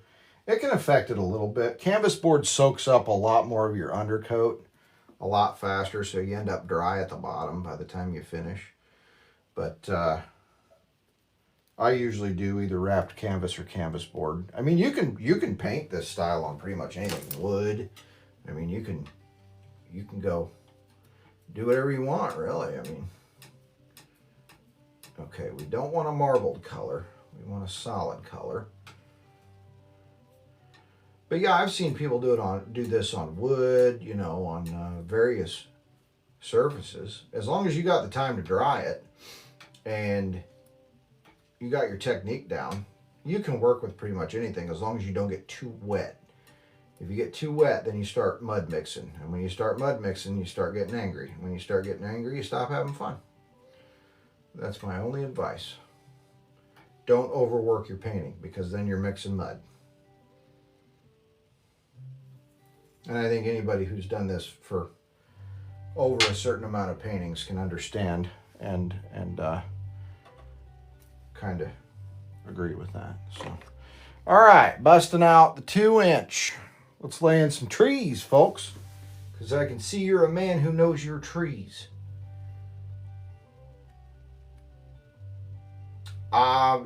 If you go in dry on a canvas, you're gonna be struggling. You'll be on the bus. It can be done. Would I recommend it? Probably not. Either I do liquid white, liquid clear, and I think I got liquid black, which I have no idea what the hell that's for. So, all right, tree time. Oh, that closely resembles what we already have going on in our shadow, doesn't it? Tell you what.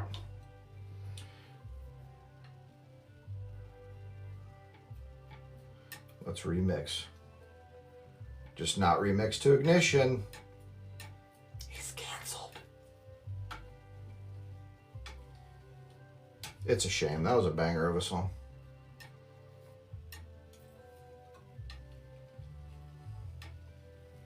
Let's see what we got here. Tell you what, we'll just go, I'm going to go a little bit below that line and then pull up is what I'm going to do. So we can start right there, but we're going to come down. R.I.P. R. Kelly. He ain't hot and fresh out of the kitchen no more now, is he? All right, here we go. Coming in, coming down, coming in, coming down. Now this is layer 1 of 2. I'm doing 2 layers of this. If you don't understand what's happening right now, have a little bit of trust. Just a little bit. We're doing a trust fall right now is what we're doing. Hopefully I made enough paint. Now it's making a little bit more sense to you guys. Maybe. Go a little bit thicker on that side. Bring it on down over here. And come that way with it. They're not the trees that you expect, Justin. Just to let you know, sir. We'll come up like that.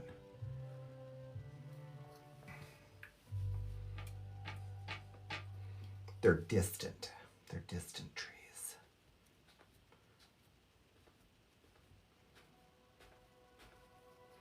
Now, I always tell myself at the end of a painting, man, I wish I would have went up higher on that. I hope that I'm not actively doing that as we speak.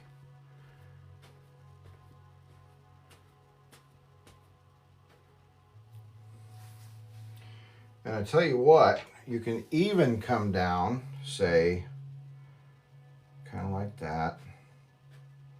Have those fade in the back, coming down from the mountain, from the mountaintops. Bring this guy down in like so. And it's just a, you know, kind of a faint detail, but it's a detail nonetheless. Just kind of makes ends meet. Like portrait photography, for instance. Okay, now let's take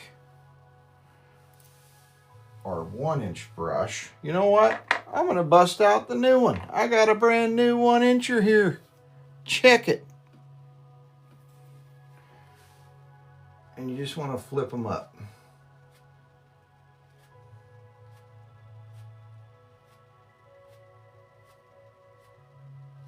And give yourself some treetops. It doesn't have to be anything insane because they're distant. And you'll understand a little bit more once I put in my second layer. First layer is really far back. Our second layer is going to be a little bit more close.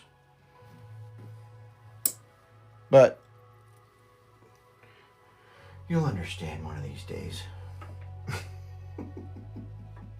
Okay, I'm going to go a little bit darker now. We're going to take about half of this mix with this mix. It might be a lot darker.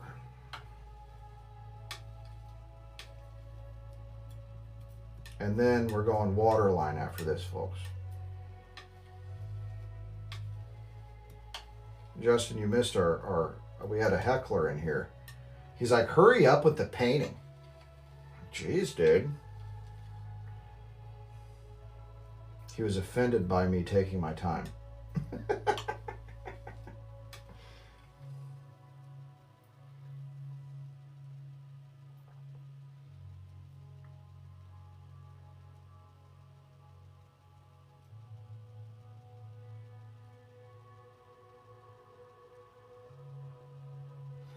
Yeah, I mean, I'm going to stick with this, you guys. It's something that I enjoy a lot. And using the same dirty brush, I'm just going to go over it with our new color. If our new color is dark enough. If it's dark enough. It's not. I want darker than that. I'm going nuclear. I'm taking the nuclear option here.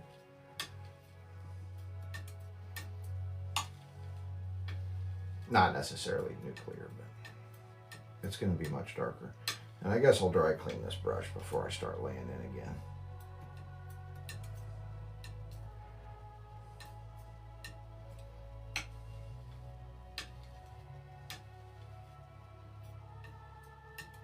But as you guys can see, I'm going for it's a cool tone.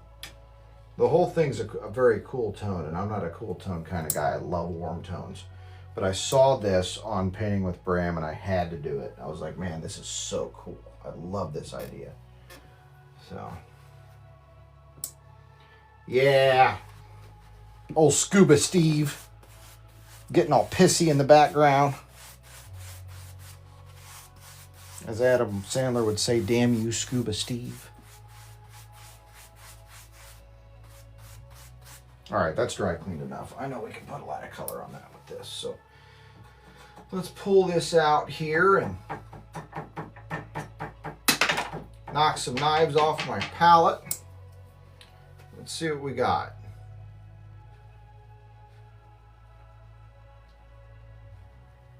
We don't have enough paint, is what we got.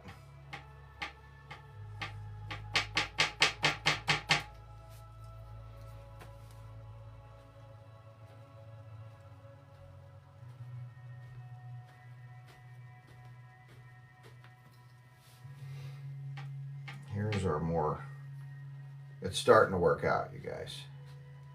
Thank the Lord for that. I'm starting to doubt myself here, but I can see it coming in.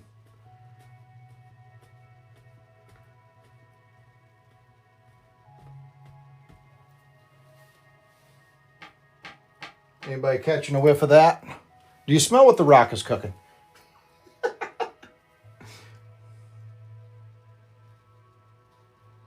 Tell you what, admittedly so, going from right to left is my arch nemesis.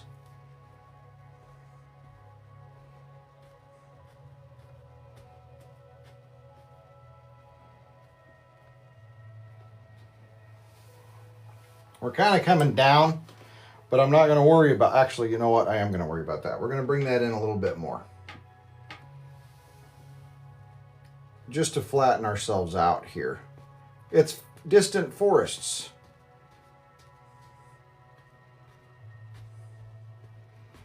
There, that makes me happy.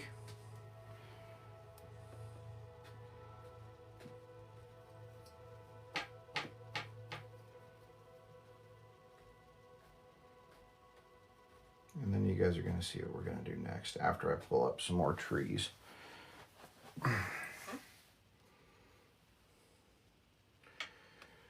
Okay, so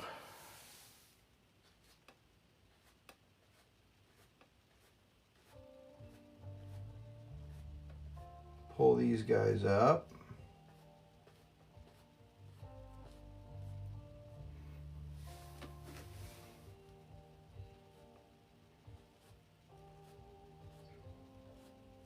And you can go right back up through that other paint. It doesn't necessarily matter. As long as you've got an idea when you look back there that you're looking at an ancient forest full of elven people.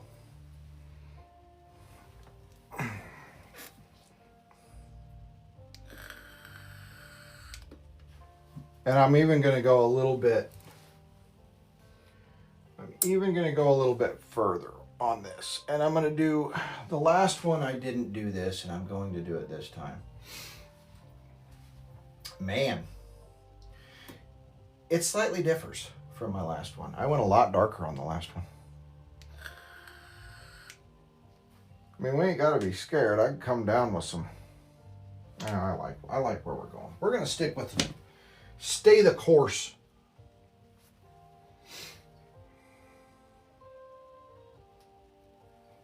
Of course, now I've got paint all over my brush handle. I gotta clean that off.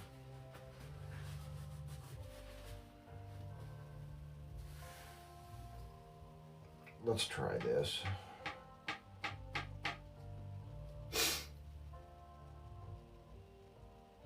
I hope this makes sense.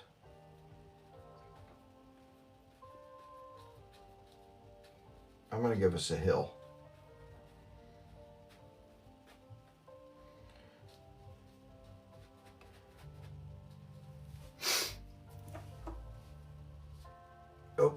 Oh, I have to go back over that again. I kind of we went diagonal there. This is where you got to be careful because you start mixing mud. Oh, some of those little dark guys right there are pretty cool.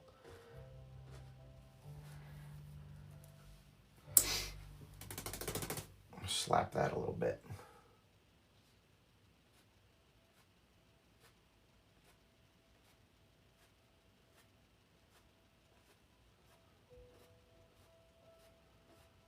And like I said, I'm going to go a little bit further on this, and we're going to give it a little bit more depth this time.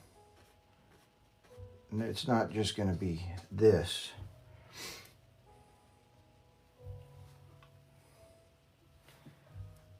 Okay, let's go a little bit darker before we end up at our block end color.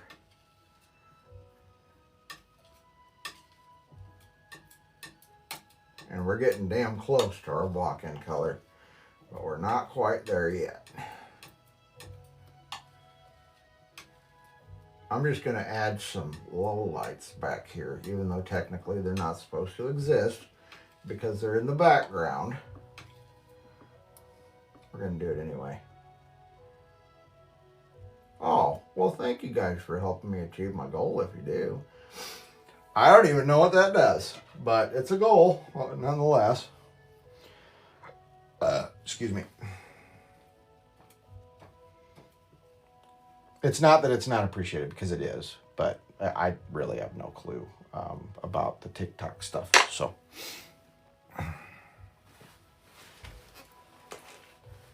thank you guys at any rate. I know that it equates to a little bit of money here and there, which is awesome.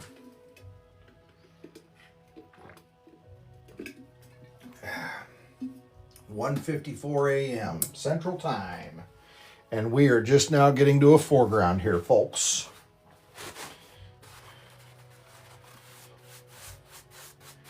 Let's do some dry cleaning. I've got blue all over my camo shorts. I'm not worried about that. Patrick's in Michigan, right on. I'm going to do the same thing to you that they do to me in Illinois. So you're from Detroit? No, probably not. But everyone assumes I'm from Chicago because I'm in Illinois. Well, how's Chicago? Well, it's Chicago. I'm not there, but I'm sure they're doing okay up there. They're doing their thing, living their lives.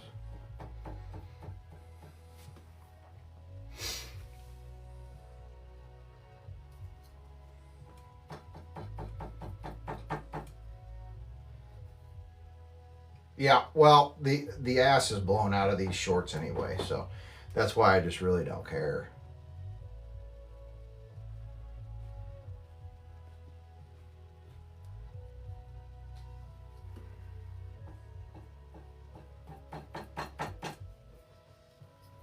I know I'm putting way too much thought into this, you guys. I know I am.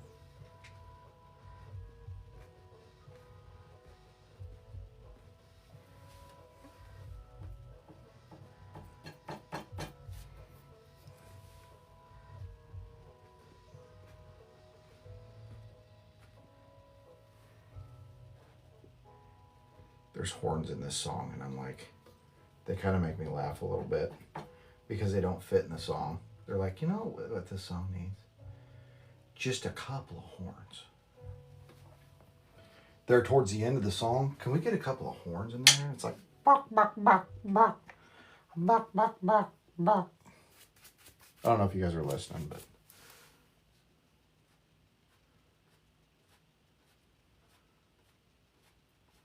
little bit more foresty stuff back here, and then we will move on to the next stage of the game. There. How's that? Not bad? I guess this is supposed to be a mist because I didn't fill it with anything, so it is what it is.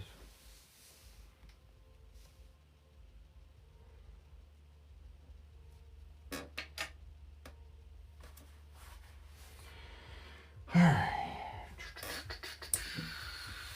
Now,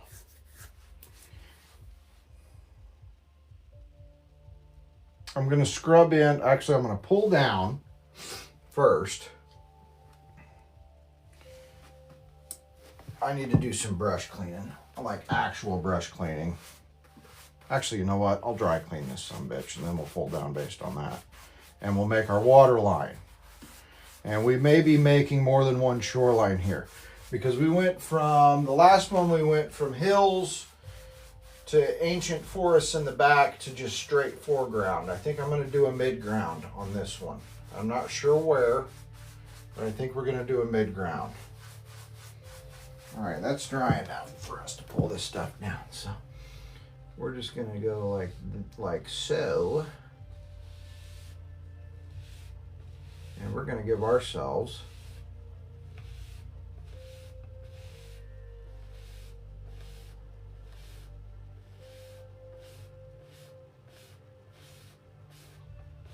you got to make sure you pull all the way down. But we're going to give ourselves a shoreline.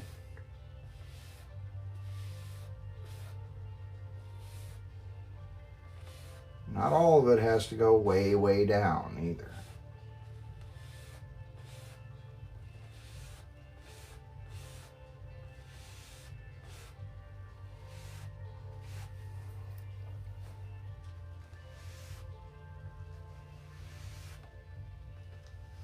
This one over here is being a stickler. As the older folks would say, well, this is being a stickler on you, isn't it? We're not done. Man, I really don't want to, I don't want to apply paint to that. I just want to smear it back and forth. Okay. Bear with me. Thank you, Super Dad. Appreciate it. We ain't done. As the carpenters say, we've only just begun.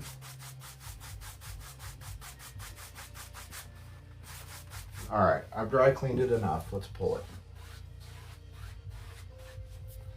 We're going to pull and fade, pull and fade.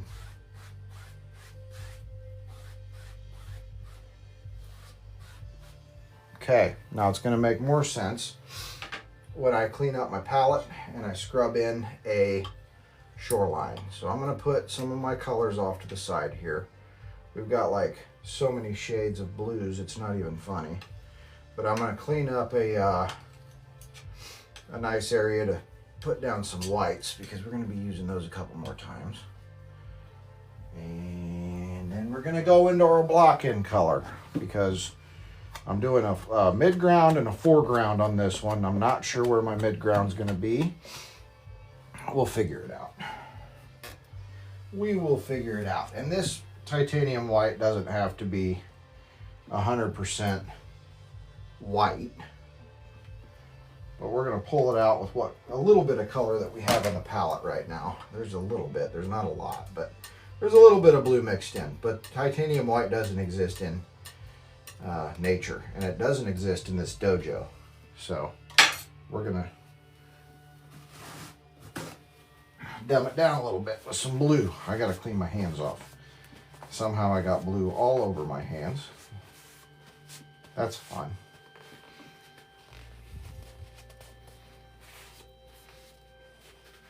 By the end of it, if you guys do stick around, it will make sense, I promise. If you can't stick around, give me a follow and check my page tomorrow and you'll be able to see the end results. If you got to go to work or if you want to go to sleep or if you fall asleep watching me, check my page tomorrow and you'll be able to see the full results of this painting. So it's not a tutorial. It's just Justin hanging out, painting some stuff.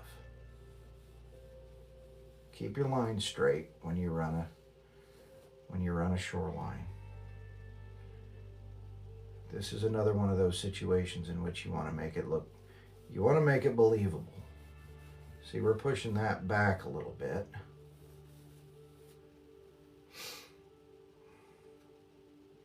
Make it believable.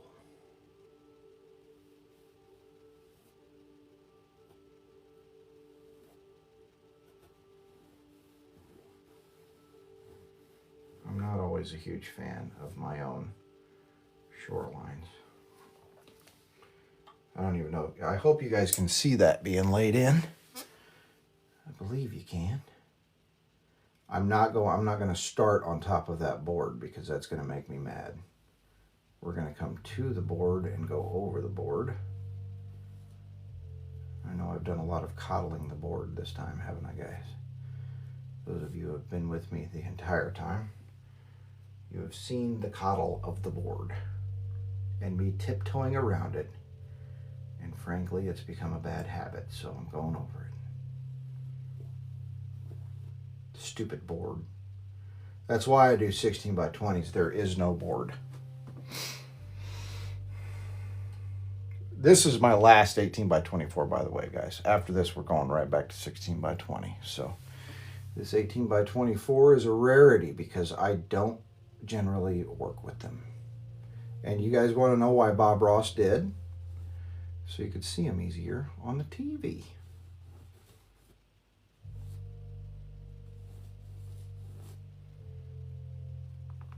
A lot of this over here is not going to matter. We're going to block that in with evergreens or some sort of tree.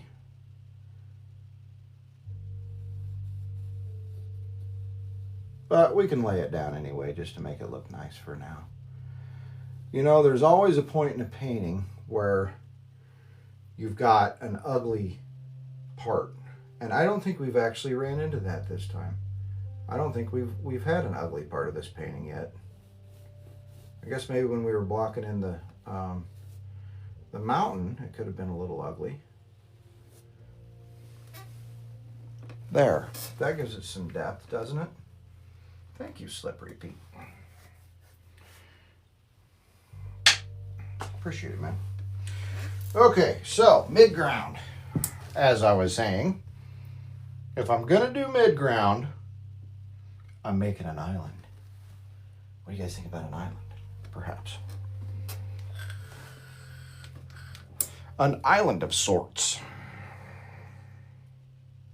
Do you guys think that mountain looks distant enough? I hope it does.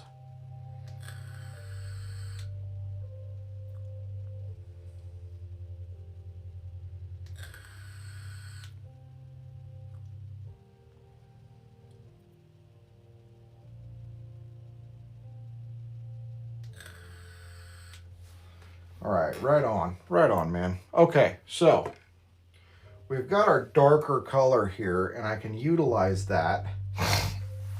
Let's see, how are we going to do this? So I'm going to go right about, I'll tell you what, I'm going to get out my block end color, and we're just going to have to pour some more of it because I'm about to lay down some darker stuff. Maybe, because I just mixed some white with it like an idiot. But I'm going to do a mid-ground.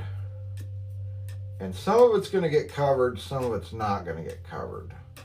Or should I just leave an open lake and go straight to foreground? Because I'm not entirely against it. And you guys will understand when I'm done how cool that can look. It does look pretty cool, I'm not going to lie, if we just do an open lake with some foreground. Because what I'll do is I'll frame it, and it'll be a vignette. Tell you what, let's make it a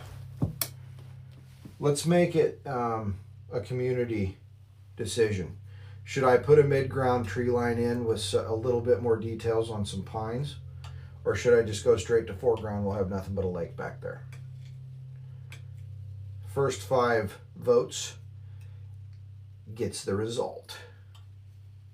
So the choices are mid-ground tree line or go straight foreground, which is going to set this back and we'll have nothing but lake here.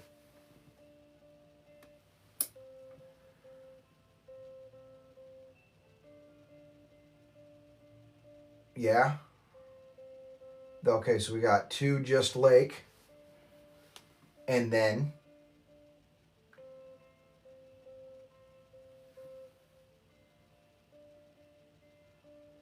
we might just have to go with you 2 votes, guys. people are talking. We've got 2 lakes and a tree line. We got a lake. There we go. We're sticking with the lake. All right, I'm going to set this off to the side in case we want to mess with it some more. I'm going to get out my blocking out colors. We're going to move this white off to the side, and then we're going to get to work on the foreground. It makes my job, well, it makes this painting easier because I ain't got to put in a tree line. But I think we might be able to sneak one in if we decide we don't like it. So, well, cool. I hope you're learning something, Pete, because, I mean, I'm not exactly trying to teach. I'm just painting and following my heart. Let's put her that way. I'm painting and I'm following my heart. And my heart says, my God, Justin, paint. Okay, I'm not going to put this palette knife in my mouth because oil paints taste bad. I'm going to clean up my palette a little bit so we got a nice dark contrasty color in the foreground. Nice dark and contrasty is what we're looking for. And we're going to start. I'm going to show you guys what I'm going to do here. And we're going to do less trees than we did in the last painting. Okay, so there's some foreground. Here's more foreground.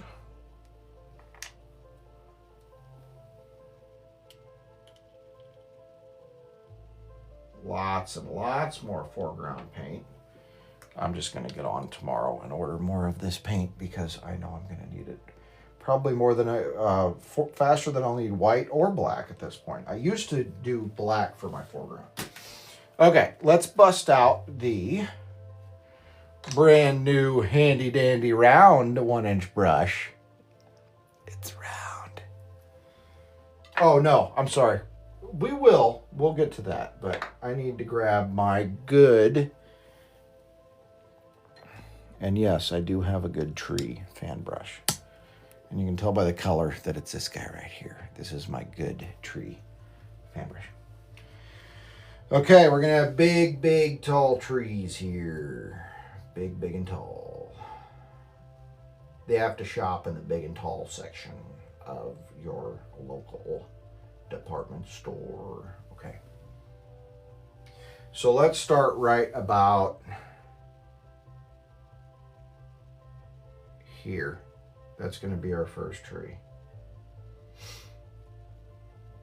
I'm very fearless when it comes to laying in trees.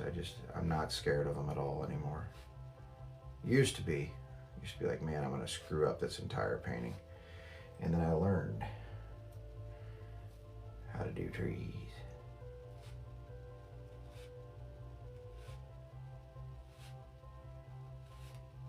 Okay, now before we go any further, I needed to determine where our lines are going to be for our landscape.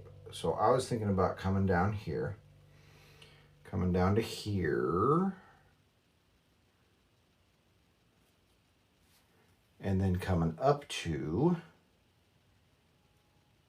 here. Okay, so that gives you an idea of where our foreground is. I don't know if you can see that or not. Oh, don't worry. Don't worry. That's just the tip. I'm playing just the tip up there. Have no fear. All right.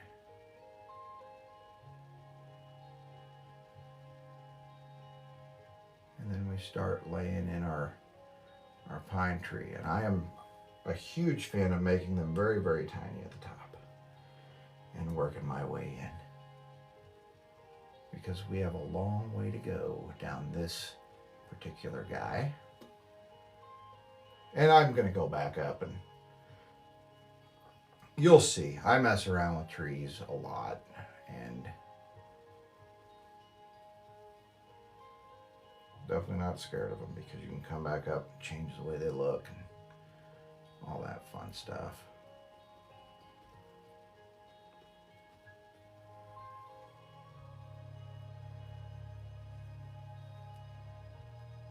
This is a skinny guy right here. To start, he's skinny.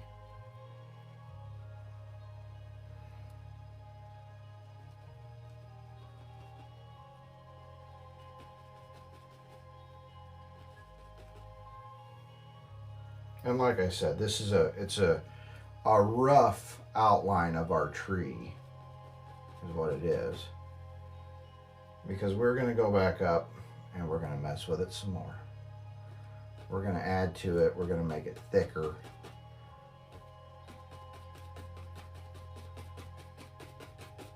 And then there's the beginnings of it. Now let's go back up and do some more to it. You just start adding stuff to it. It doesn't matter. Well, it matters. You have to make it make sense.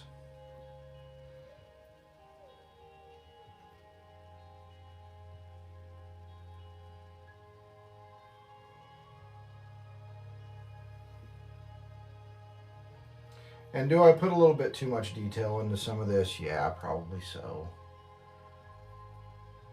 But only because I really enjoy doing it. And at the end of the day, part of me never wants the painting to end.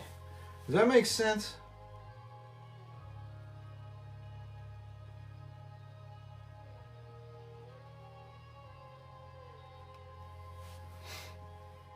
See, this tree's coming into its own now.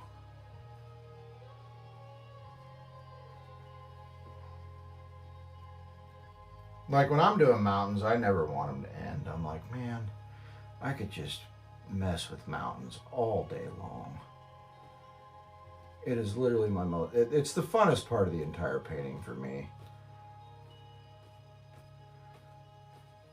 And it shows because you can see the sheer amount of mountain paintings I've done. If you take a look at my page, almost everything has a mountain. No geese. Hard no. I appreciate the input. And it's not because I dislike your ideas. It's because I dislike my ability to paint geese. Let's make it a little bit thicker at the bottom. Thicken it out. Need to make it a little bit thicker at the top too. If I'm being frank, which I can be. I am Justin, but I can be frank from time to time. There we go. We need some of that.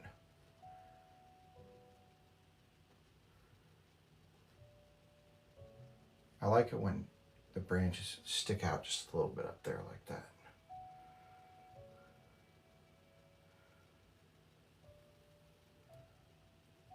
Sorry, I didn't mean to come off mean. I'm not skilled enough to do man-made objects and animals just yet. So, it's not for a lack of wanting to. I can tell you that. I want to. And we'll get to it one of these days.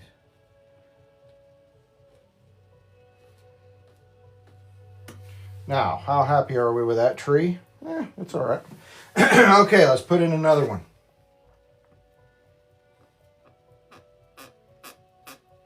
Actually, Blissful, you've been in here this entire time, and I do have to tell you thank you for that. And for those of you who have stuck it out with me this entire time, you are completely awesome. And your feedback is paramount.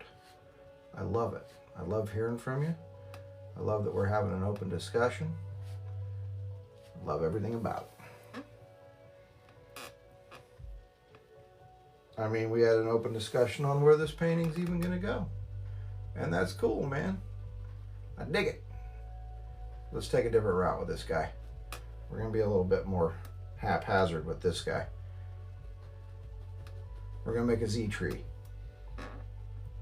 I'm sure you guys have seen me do this before, those of you who have been in here. You just kind of start making Z's with your fan brush. And then as you come down, you start getting crazy with it. Just get silly with it. Boom. That's got a weird branch to it. And we're going to do script liner work too. So hold on to your hats for that. That's the fancy fun part. It gets fanciful. There. A little bit of that. like a rhinestone cowboy. That might be the first time I've said that. Did I? Oh no, I said that earlier. We need to throw in a ladies and gentlemen Conway Twitty before we finish this painting in the right context. We can't do it right now, but we will. God, this stuff's feeling thick.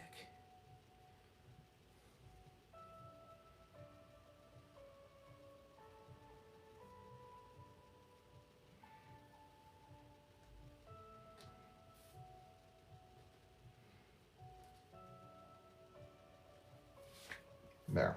So there's two of our trees. And we could do a third if we wanted to, really. I mean, I'll do one. Why not? What do we have on that? Last time we had only two right there. Man, I don't want it to look like a cell phone signal, though. We'll just leave it alone for now. Okay, so let me move it over here. We're going to go mid. You don't want it to be the same size as your peak. Let's go right about here.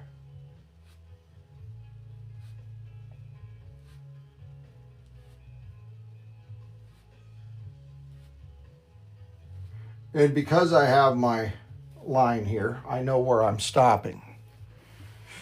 Isn't that neat? Isn't that something?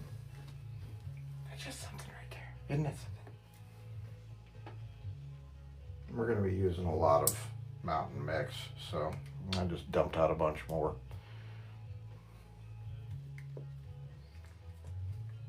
Now, we don't want to kill all of our mountain, so we've got to mind our P's and Q's. We just want to set it back a little ways.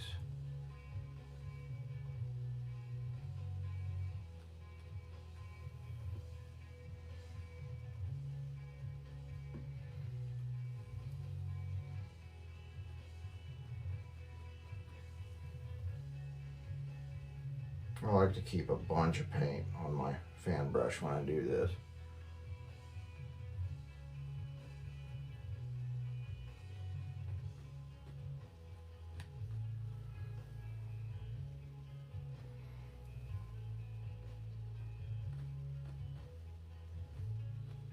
That's kind of a sparse guy right now, but we'll bring him together here.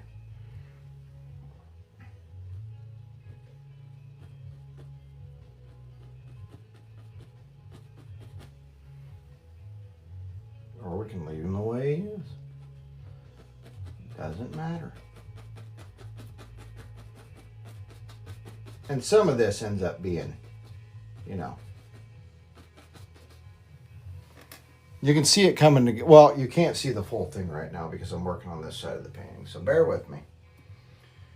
Appreciate the shares and all the, you know, if you guys want to give me a follow, that's great. I'm trying to build a following with this. And if you do follow me, just be ready for stuff that's related to music as well. I'm a huge music geek, so I've got a huge record collection, and I do record reviews almost daily of 90s, vinyl from the 90s. Today I did Stone Temple Pilots, Core, one of my favorite albums. Let's see, yesterday I did the Crow soundtrack, which was awesome. I love the Crow soundtrack. Kind of messed that up there, but that's okay. We'll make it make sense with some script liner work later on. And I don't really want to go messing around with the top of that too much more. We can pull some of this out. Okay.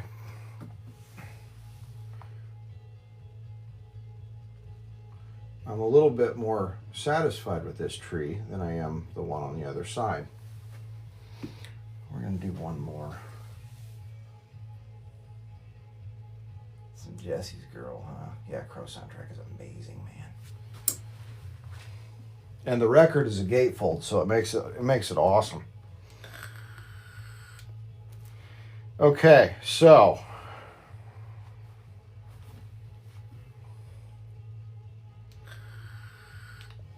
for the sake of symmetry, We're going to do another one, but instead of it being shorter, I'm going to make it taller on this side.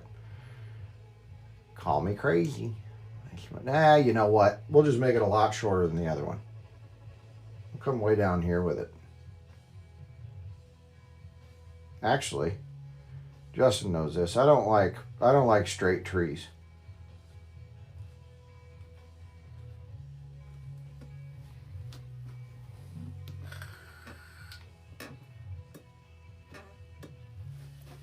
Just like in life, not everything has to be straight all the time.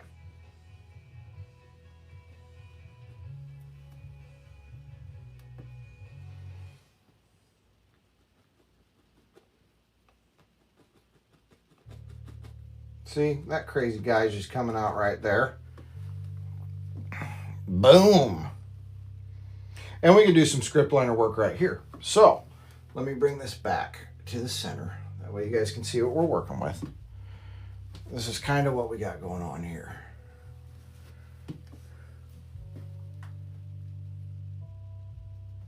Yep, I've been painting for 3 months, guys.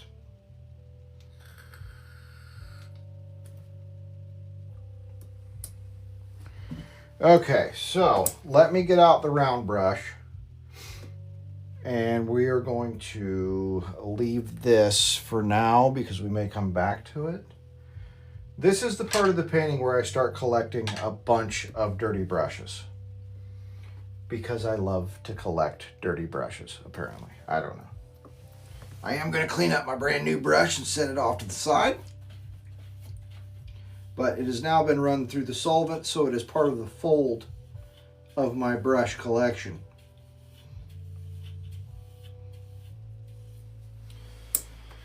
All right. You think I should put one in here? Is that what you're saying?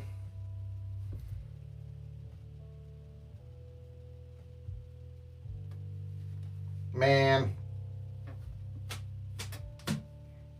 All right, but it's going to be shorter than both, so it doesn't look like a cell signal. See, I listen to you sometimes, Justin. I can slap one in there. Let's do it. I'm going to push it back. If you can push a silhouette back.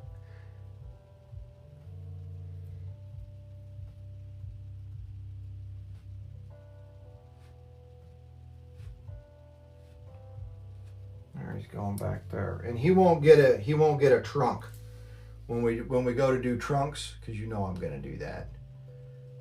I'm a fool. I'm a sucker for the trunks.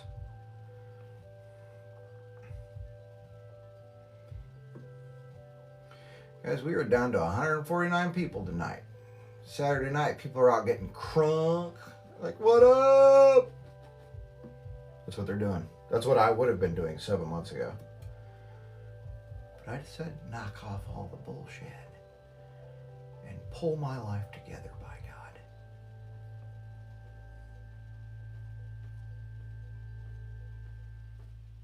Sorry if I'm being loud, those of you who are sleeping. I'll shut up again. How's that? How's that grab you, Bob?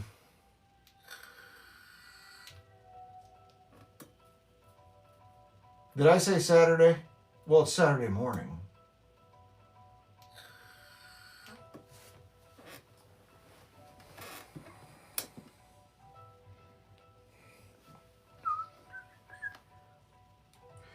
Okay, let's take our knife. Let's grab up all of our block and in material because we're going to lay down what appears to be some bushes. I'm sorry, I don't care what the 90s and above say. If you ain't got a little bit of bush, things ain't no fun. Now we're painting, by God. Oh, what did we do last time? We just did trunks last time. I don't know. The branches are a little thin to do highlights, but we will throw in some trunks to make it believable. That I can damn near guarantee you.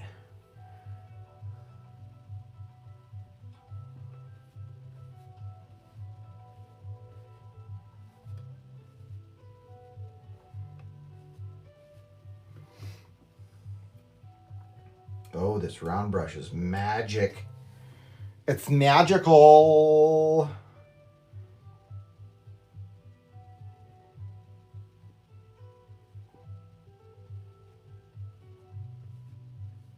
There's a little bush. Everything's in.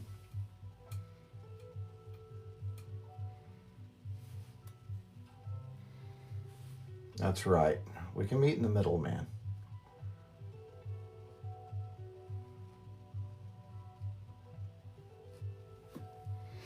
Okay. I'm going to take my 1 inch and we're going to work in, because that's how I'm used to doing this. See, I told you this is the point in the painting in which I dirty up a metric shit ton of brushes. All right, let's get going here.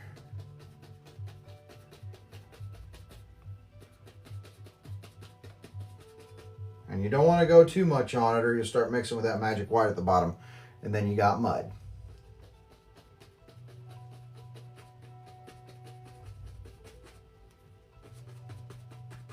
But you also can't be scared. Do not be afraid.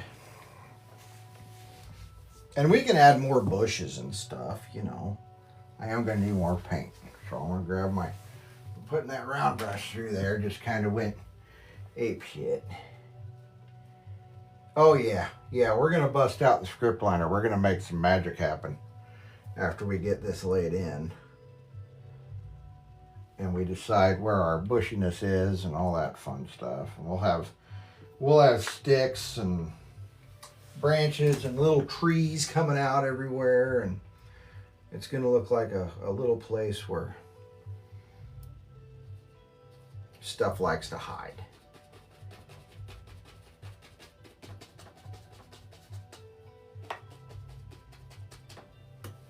And we can leave some of the pink in, you know, make it look like highlights-ish. But I'll probably block in quite a bit.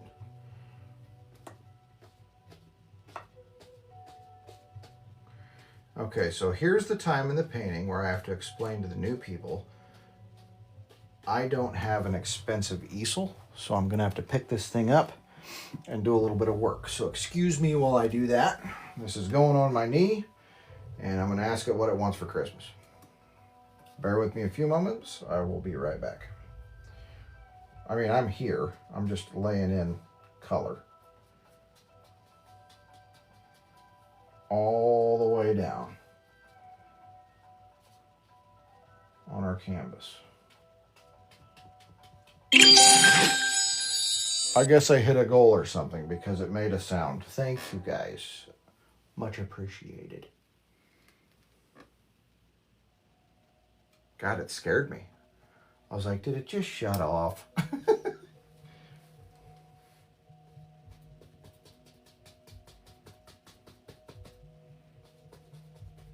Cool thing about a semi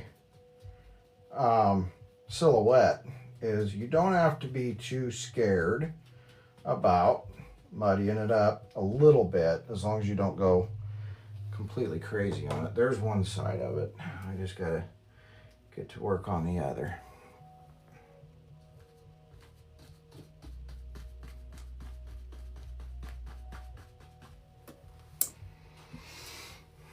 Are you guys starting to see it come together now? Really pushes that lake back. And that's cool, man. I like that. That foreground really does it for you.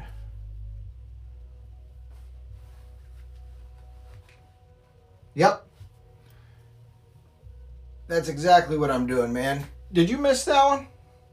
You can see it back there. I think you're around for the end of that one. But yes, this is part 2 of that one. And this one's a little bit more, I feel like, refined in a way.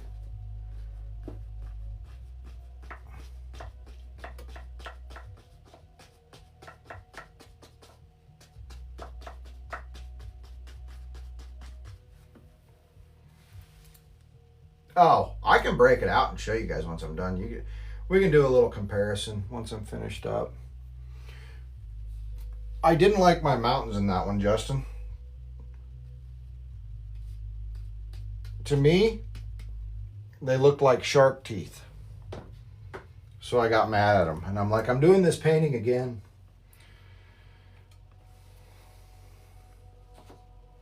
Yeah, I'm not intentionally aping it. I'm actually trying to perfect it is what's going on. We'll just keep it on the damn easel. Lay the rest in on the easel. That way you guys can see what's going on here.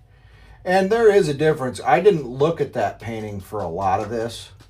I just knew the general direction I was going. I wish, going back, which it doesn't really matter now, I wish I'd have laid in a hill back here because it would have given it a little bit more depth. But on this, on the other painting, I put a bunch of grass right here coming up to this, and it took away the depth. So we have, it's a redemption painting, man. And you've seen me do these before where I'm like, I don't like the way that was. I'm making it better. So here we are. Here we are. Getting her done.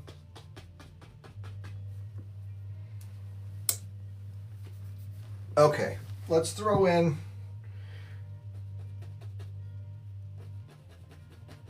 we're just going to do a little bit of this.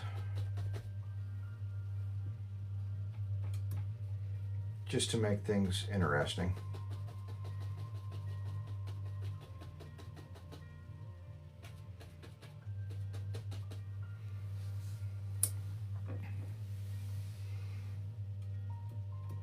Like I said, I could have used the round brush to toss this stuff in, but it really doesn't. If it's going to be mostly silhouette, it's not going to matter too much. I mean, after this, we're going straight to script liner work, so.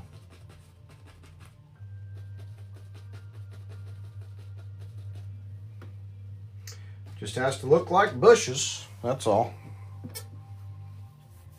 Now that we've got it all blocked in, you can see where our lay of the land is and what we are going to do or where we can go with it. You know, we can add more trees if we want to. I think I like it the way it is. It just feels so much more refined than the last one. The last one just kind of pissed me off.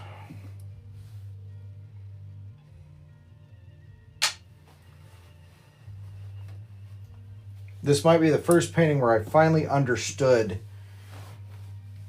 mountains in a way that was an improvement, in my opinion.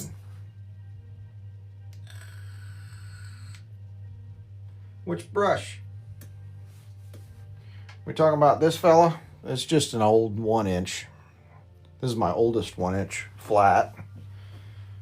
This thing is a beast. I love it already. I haven't done a lot with it, but I already love it. It does so much good, good work. Like, you know, if we wanted to, we could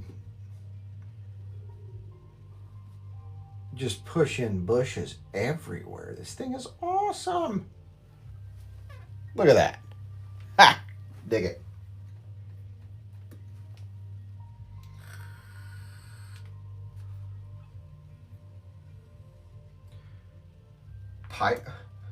Oh, did you mean to say painting redemption or piting? I'll push a little bit of that up there like that, and we'll bring some sticks out of it. Oh, it's getting crazy around here. You don't want everything to look the same, but you just want, yeah, make it look like there's foliage. See, now we got a lake back there. Na. Oh, you know what? I meant to do that. Let's push up a little bit of whatnot over here. I don't think any painting is complete without a little bit of whatnot, am I right? So we're going to push some whatnot up into this, just like so.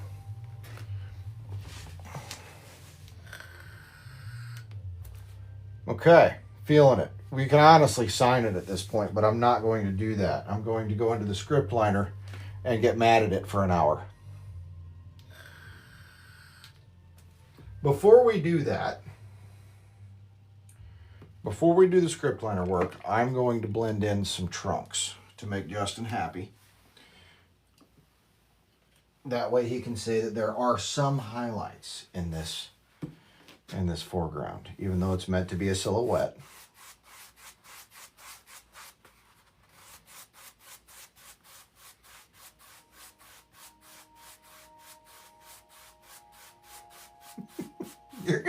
You're gonna shit. You are gonna absolutely shit when I figure out how to paint a cottage. The next one I'm gonna do, I plan on doing a bridge. Can we meet in the middle and do a bridge? That way I don't have to worry about perspective quite as much. I'm gonna clean up my round. I'm done with that. That round is gonna come in so handy in terms of making trees, like bushy trees. So stoked about that. This thing is a godsend, man. I didn't understand how cool a round brush could be until I got one like this one, because it's actually round. Here's my other round brush. Now tell me how that's round. See the difference? There is a difference.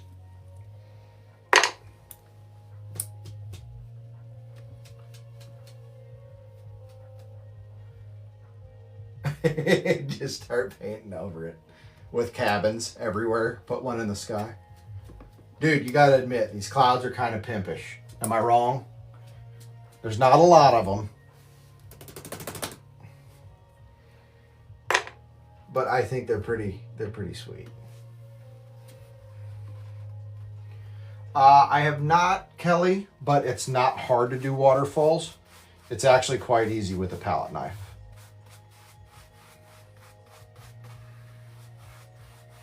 So I tell you what, and I'm not trying to be a salesman here, but give me a follow, and if you want me to do some waterfalls, I'd be happy to. If you don't feel like following me, it's still okay. I'll still do waterfalls. You just got to be able to find me again, that's all. And able for me to do the waterfalls for you. All right, cleaning up brushes right now, and then we're going to get the script liner out. I would much rather end this with mostly clean brushes, because I'm going to go from script liner work to signage on this one, because we're close. We're very close. And I know it's not...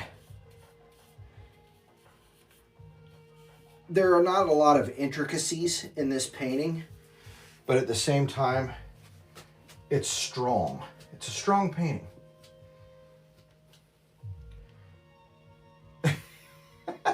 Oh, Kelly, thank you. I appreciate the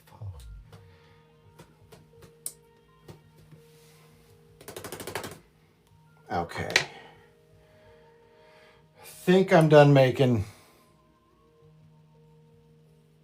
trees. Should I improve on these trees at all before I hang up the hat on it? I think maybe yes.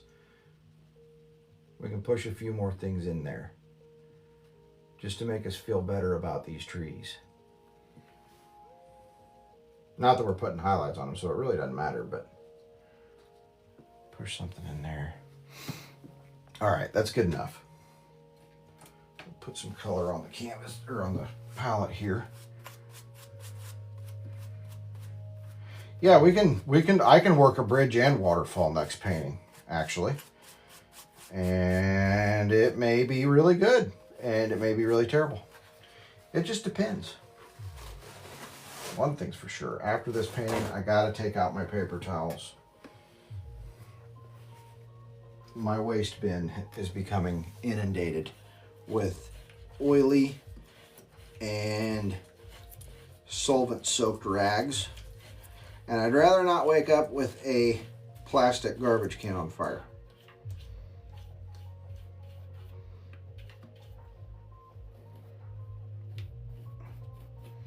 It's a constant worry. See, my tree brush it is just straight up mountain mix colored, and it will always be.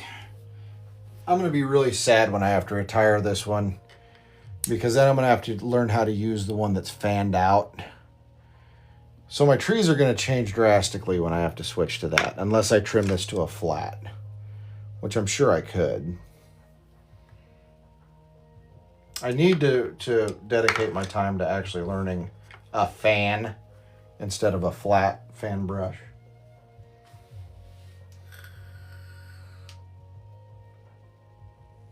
Thanks for the follow, guys. Omar, awesome. I'm glad you like it, man.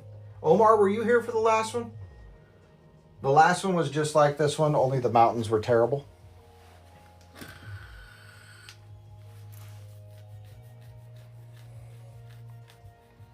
And I like these mountains better. At a distance, they look really good. I haven't gotten a chance to stand up and take a look. Okay, we've got a couple more brushes to wash here, and then I'm gonna get to our script liner. Let me get some more solvent in my bucket.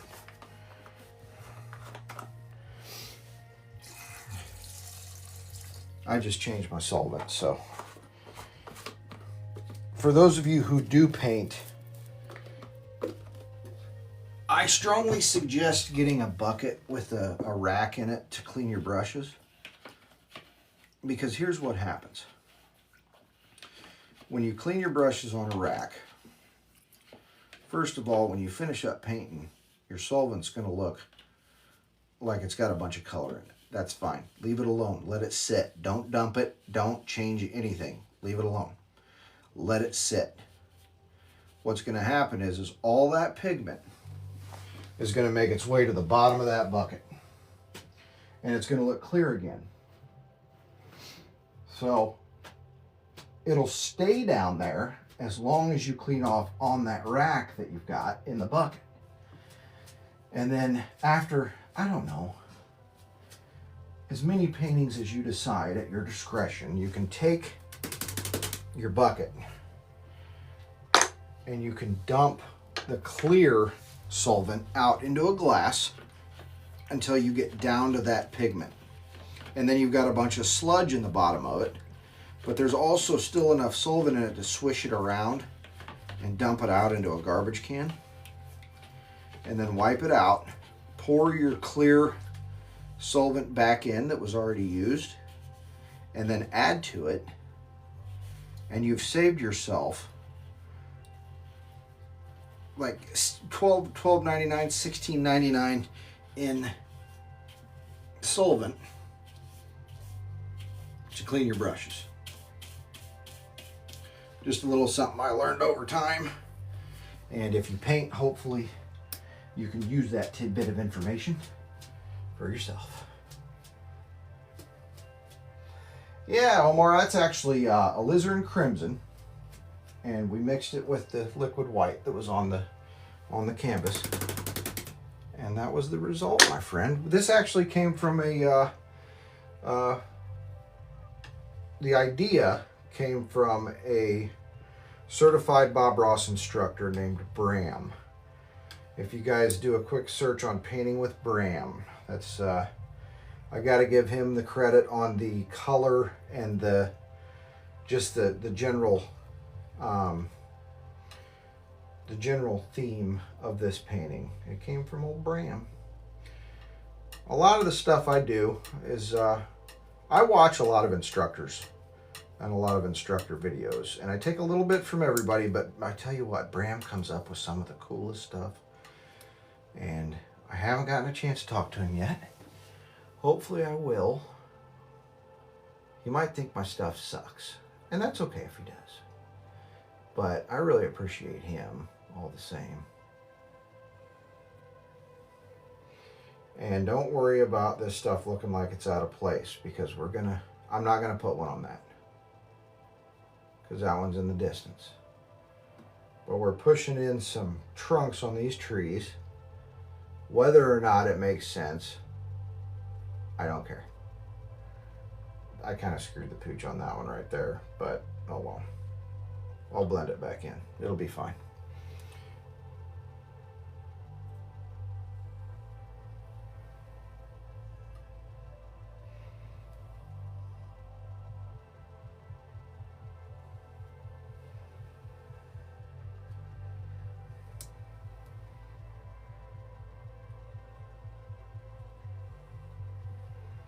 Okay.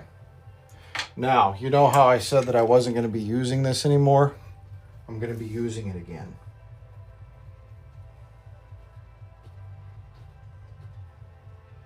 Because we're going to push those in there.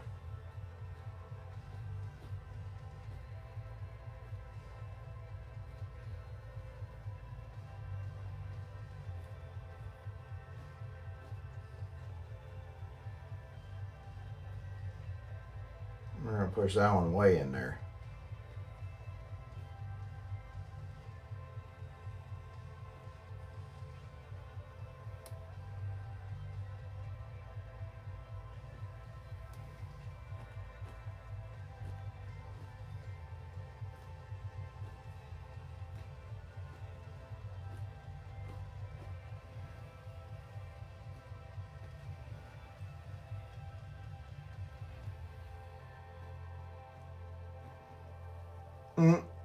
Don't like that. Now I do. A little bit better. There we go. I was a little sloppy on my trunks this time, and for that I do apologize, but I feel like I was a little sloppy on it. Let's put a little bit more right here.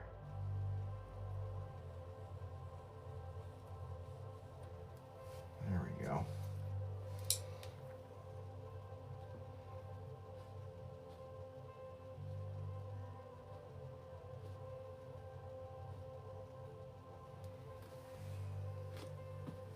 All right.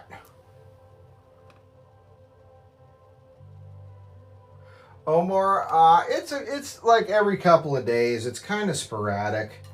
I'll do a painting, and then once I'm satisfied, what I do is I sit around and think about the next painting I'm going to do, and I'll do some research and think, and just, you know, passively as I'm doing other things, I'll be like, what do I want to paint next? And I'll just think about it and think about it and think about it and think about it. And then finally I'm like, okay, I'm going to do another painting. So I would say once every 3 or 4 days, I'll go live.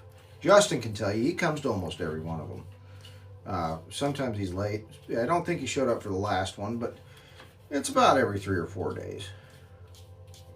And we got a couple of people that are really silent in here that don't talk, but they watch every single one from start to finish. I don't know if they're sleeping or if they are just silently watching me out of admiration or hate or whatever. Everybody's got their thing. All right, block in color, script liner brush. It's time to add some magic, folks. Add a little magic on it. How many likes we got this time? Does that say 17,000? That's awesome of you guys. Thank you so much. I'm going to read it again. Yep, it's 17,000. I need bifocals. I don't have them. So, apologies. All right, where was my favorite brush that I used last time? I had a favorite script liner that I used, and I was like, man, that is a good one. Let's take a look around here. One of them was just really, really nice. Was it this 3-aught, maybe? Let's put her in the... Let's mix up some ink, and let's find out.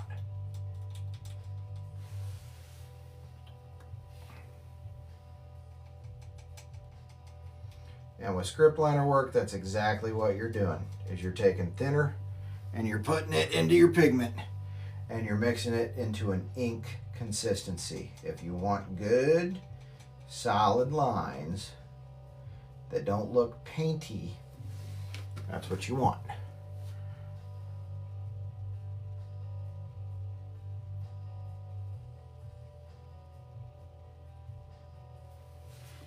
This one's making tiny ones right now.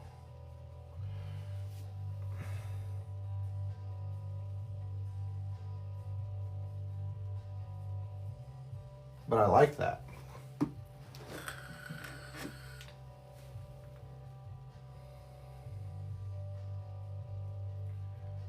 Well, Gwen, I'm really glad about that. And I tell you what, I hope you actually pick it up and do it, because I tell you, I mean, you guys, I had never painted a painting before in my life before December 25th.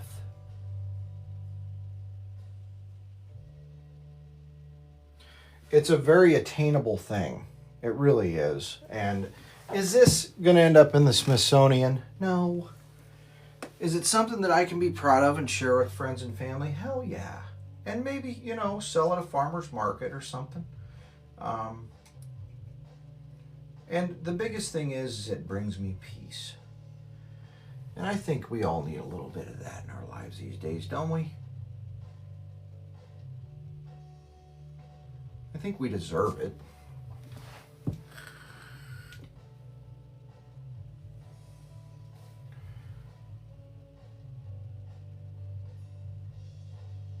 There's a lot of noise out there. And if this quiets that for a little while, even just watching it, that's awesome, man.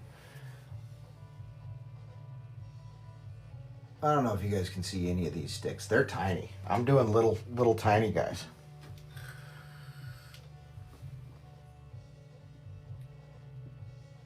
Yeah, what do you play? I play the guitar. If you look on my page, I mean, I've got so many guitar videos that I've done. Lots of Nirvana. I don't know if you can count that as musicianship, but I loved Kurt. Still do.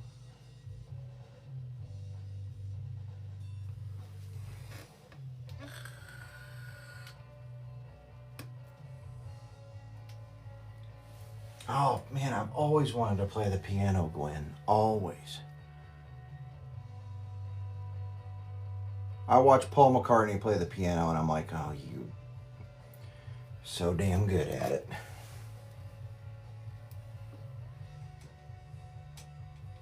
That's why I'm a Paul. I'm a Paul Beatle guy. Because of the piano. Strictly. Let's do some branches out here off of these guys. You don't have to be big, but they're going to come out, and it's the tiny details. We're doing tiny details right now.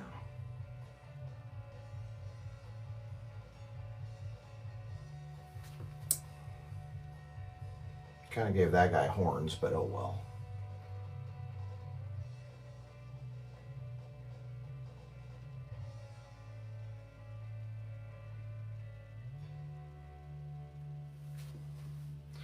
And they can have that. Bama, hell yeah. Thanks for joining. And I hope you give me a follow. We'll see you on the next one. I appreciate you sticking around. You're just missing out on script liner work at this point, which I don't even know if you guys can see. So this is essentially the sign painting. We're just going to add some details, that's all.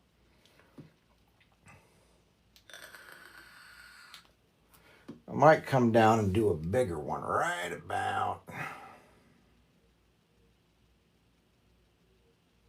there. We're going to make that into a little tree. You can definitely see that one, can't you?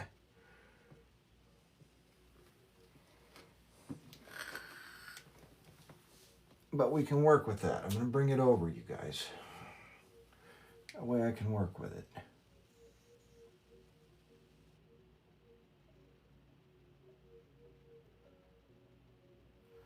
We're only putting tiny branches on this one. Little teeny tiny ones.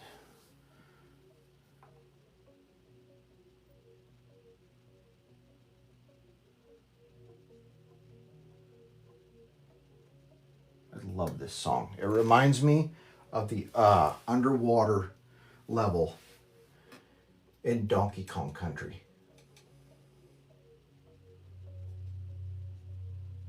Hell, it might be. I don't know. Let's come up and thicken that up a little bit. That needs to come down and thicken up. Stick wood. Hey, thank you for the gifts. I appreciate that. Still got 171 of us dedicated to watching this painting get finished. Thank you guys so much for sticking it out with me. That's awesome of all of you. This script liner work is exactly why I need to actually go back to the eye doctor and get some bifocals for the script liner work. Or I could go bust out my cheaters. I got some cheater readers in there. For those of you who don't know, I'm 45 years old. I don't act like it. I don't look like it yet, thank God. But I am 45 years old. So, seeing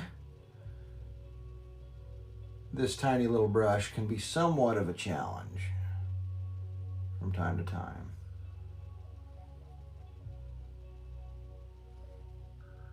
All right. What can we do to make this guy look cooler? We'll bring that down like that. Give him a little Y. What do you guys think of that? We need to do the same thing right here. I'm going to bring, either we're going to do some thicket. If you don't know what thicket is, I'm about to show you. Or we're going to do a tree-esque.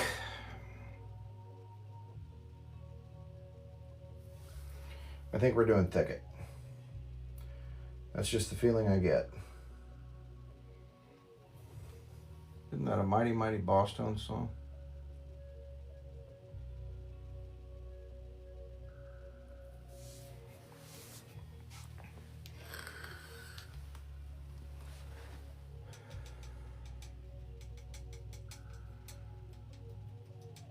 This is where I start struggling to get more ink because I've been running it through it so much.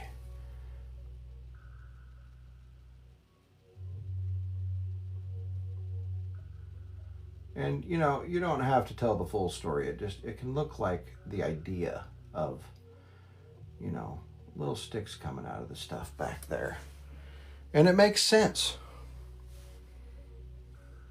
Your brain makes sense of it.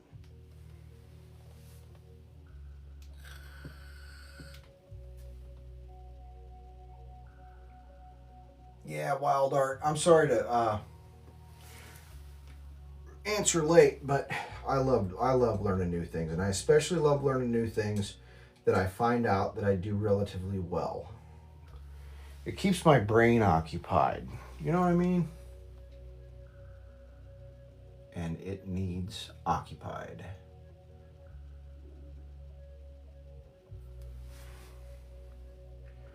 Most of the time, my brain is going at 1,000,000 miles an hour.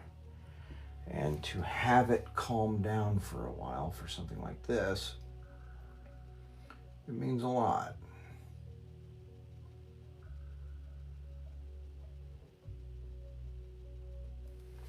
We're giving it some tiny branches that come out there.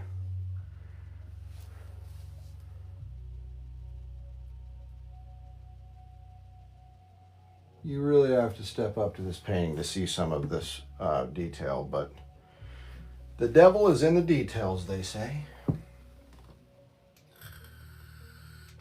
Absolutely, and I feel like every time I do this, I get better, you know. When I went to storage because I've got about, I don't know, 8 or 10 paintings in storage. Some of the first ones I did.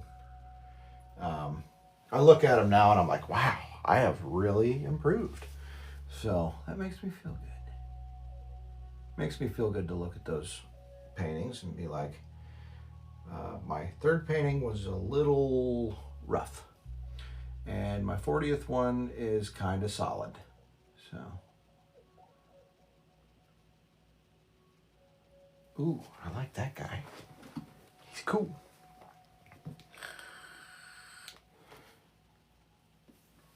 I didn't push you guys back to the center yet. I don't know if you can see all that detail from your phones, but there's where we're at so far. I might add some more. I'm glad we stuck with just an open lake back there. It's not 100% a centered lake, but you can tell it's a lake. Am I wrong? Am I wrong on that? Clyde, thanks for the follow, man, and the heart. Welcome in. If you want to take a look at my past works, man, I post a picture every time I finish one, so give it a gander. We'll bring something out right here.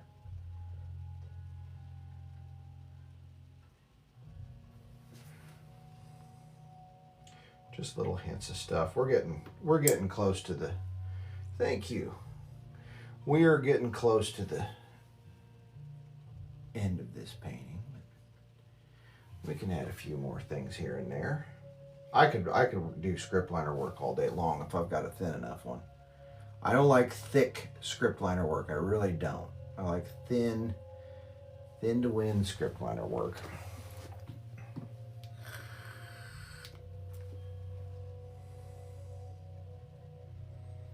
Yeah, I might scrap or just give away my last. I'll show you guys the previous painting that I started with, and then where we're at here. That's why it's always good. If you feel like you need to do a painting more than once, do it. Let's do a bunch of grass right there.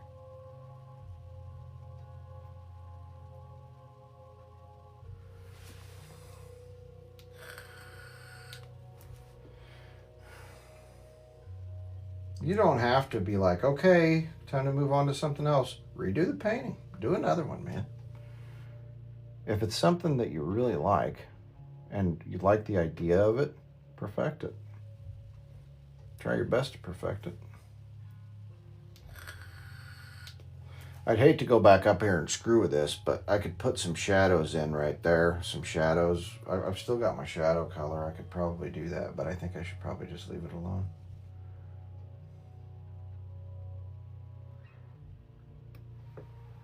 Bliss, thank you so much for the follow. Man, took you watching the whole time, huh? Well, I'm glad you followed. There will be more.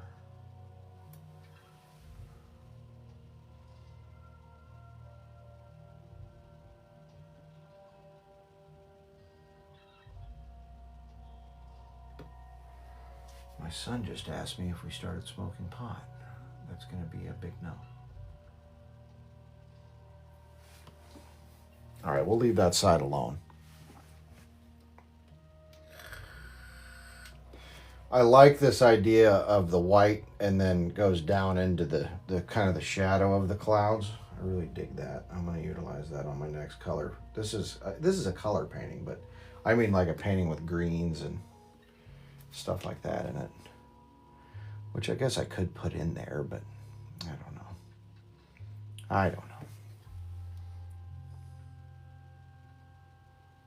I don't want to do too much to that guy. In fact, I feel like maybe we're finished up here. I don't want to put too many sticks in here, and then it's oversaturated if I do that. There. Maybe come up with one right here. Branch it out. There. I'm going to call this one finished up, you guys. So, for comparison, for those of you who may or may not still be watching, I'm going to grab the other one, and I'm going to show it to you, and then I'm going to show you this one, okay?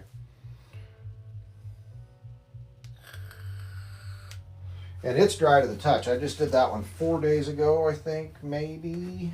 But the heater's been running a lot, and like I said, it dries pretty well in this room. I'll be stepping around here to grab it. And it's got some strong points to it, don't get me wrong. I like the forest in the background a lot better on this painting than I do the one that I just painted. But I'll give you a one on top of the other view. So here was the one I did 4 days ago. I'll just hold it here. I don't know if you can see it because my arm. I'll sit down here. So here is what we did the other day. Here, I'll bring my arm down a little bit so you can take a gander at it. I'm not saying it's bad. It's just that I hate the mountains. I don't know. You guys might like it better than the one I got now. And then here is the refined version.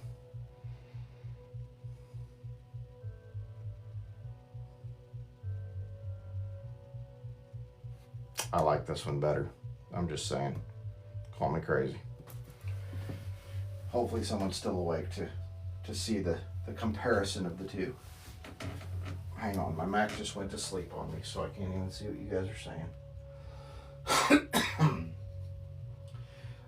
Joe, I have not set that up yet, but if you would like to make a purchase, you can send me a message.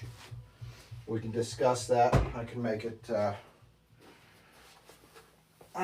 so. We'll just have to do a little bit of work together on shipping and figure that out. But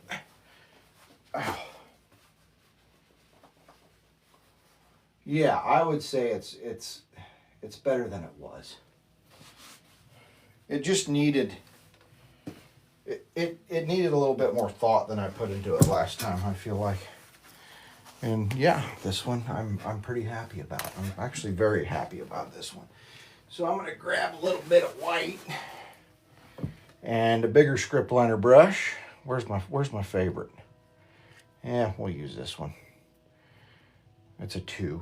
We'll use a 2. Get into some white or some off-white, something like that. I've got a little bit of white hanging out right here. And the cool thing is most of my brushes are already clean. I'm not used to that. Clean up this guy here. Oh, wait. Wrong one. Well, I got that one wet. We'll clean up this one. Run it through the thinner and get it cleaned up. That 3-aught, man, that is an amazing script liner right there. And like I said, I know you guys can't see a lot of the details that I did in this, but they're there. You just got to be a little bit closer to see them. So, thank you. I appreciate that, Jason. We started this at, hell, I don't even know what time we started, you guys. Anybody been in here the whole time to give me a count on this? It's probably been 3 hours. Probably been working on it for 3 hours.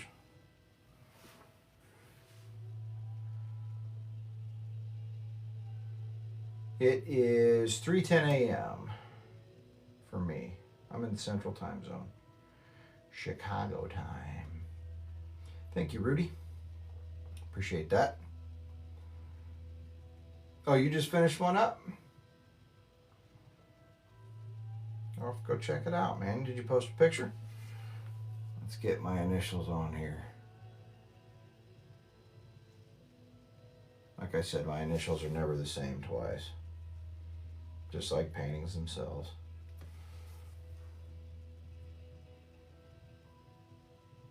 Sometimes I like them.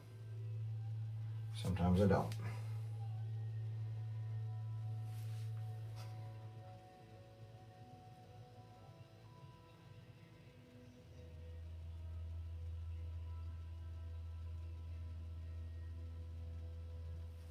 This is kind of a crazy Slender Man JRB. Those are my initials, by the way. JRB.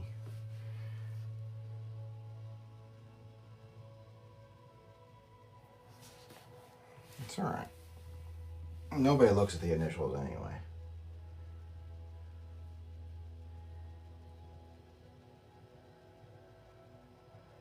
Dude, these aren't Sawtooth Mountains.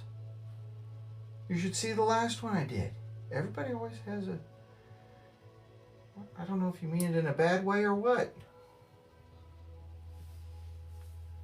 Dave, show me your paintings.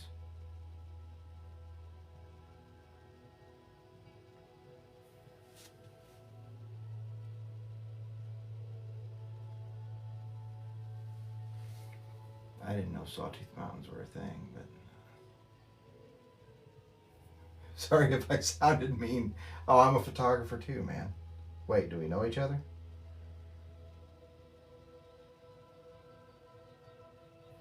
That is my trade. This is just one of my hobbies.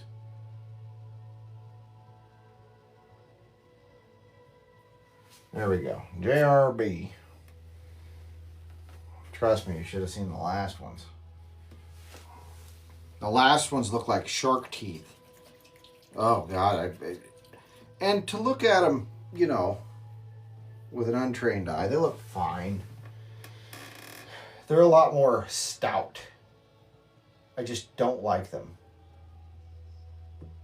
There were too many of them that looked the same. So I spent quite a bit of time on the mountains on this one. And I tried to make them not all look the same. That was the biggest point of this painting, was to redo it and make the mountains look a little bit different. All right, guys. Well, she's signed. I am not going to co-host, so don't invite me to do so. Rando wanting to co-host people, it's not going to happen.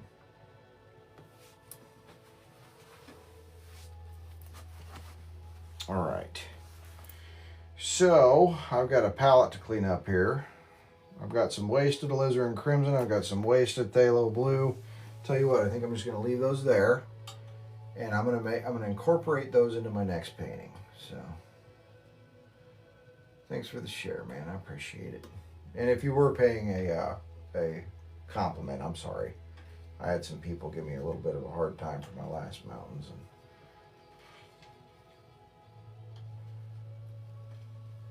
I worked very hard on these mountains. And I'm really trying to broaden how I do mountains, because the way I've been doing them feels a little stale and produced and not exactly natural. So if these look natural, it's exactly what I was kind of shooting for, man. All right, we've got our block and in color that has been compromised by the solvent. So that's gone. And I'm going to hop on the old interwebs tomorrow. And I know I'm going to need it, so I'm just going to order me some more mountain mixture. But yeah, you guys, I go live maybe once every 3 or 4 days. It may dwindle down a little bit because racing season's about to start. And I'm going to be at the track shooting photography and doing what I do for the dirt track community starting very, very soon. But that does not mean that I will not try to get on and do a painting at least once a week. It's just not going to be on a Friday or Saturday, because I'll either be shooting or editing racing photography, so, and or video photography and or video. But I do appreciate everybody coming on. If you haven't gotten a chance, feel free to give me a follow. If you check my profile, you can see all the other stuff I do. I'm an artist in general. I do photography, play the guitar, lots and lots of photography, all different styles of photography as well. If you like wildlife, I do it. If you like astrophotography, I do it. If you like deep sky objects, I do it. If you like motorsports, I do that. I do sports photography. I play the guitar. Been playing the guitar since I was 15 years old. So you'll see a lot of guitar videos on my profile, but you can find all my socials on my profile. And there's a link tree in there for you to check out. But yeah, she's finished up, guys. Signed and ready to go. So we're gonna call it a night over here, but I'm glad that you all could join me, and I hope that you all really enjoyed your time with me. You're much appreciated. And I'm gonna hop off of here, probably get some rest, or maybe play some Arc Raiders. We'll see what how the spirit moves me on that deal. But thank you guys. Thank you all for being in here and being part of this journey with me. I want you guys to take care of yourselves, and reach out if you have any questions about my goofiness. So again, thank you all for joining. Have a good night, and we'll see you soon. Take care.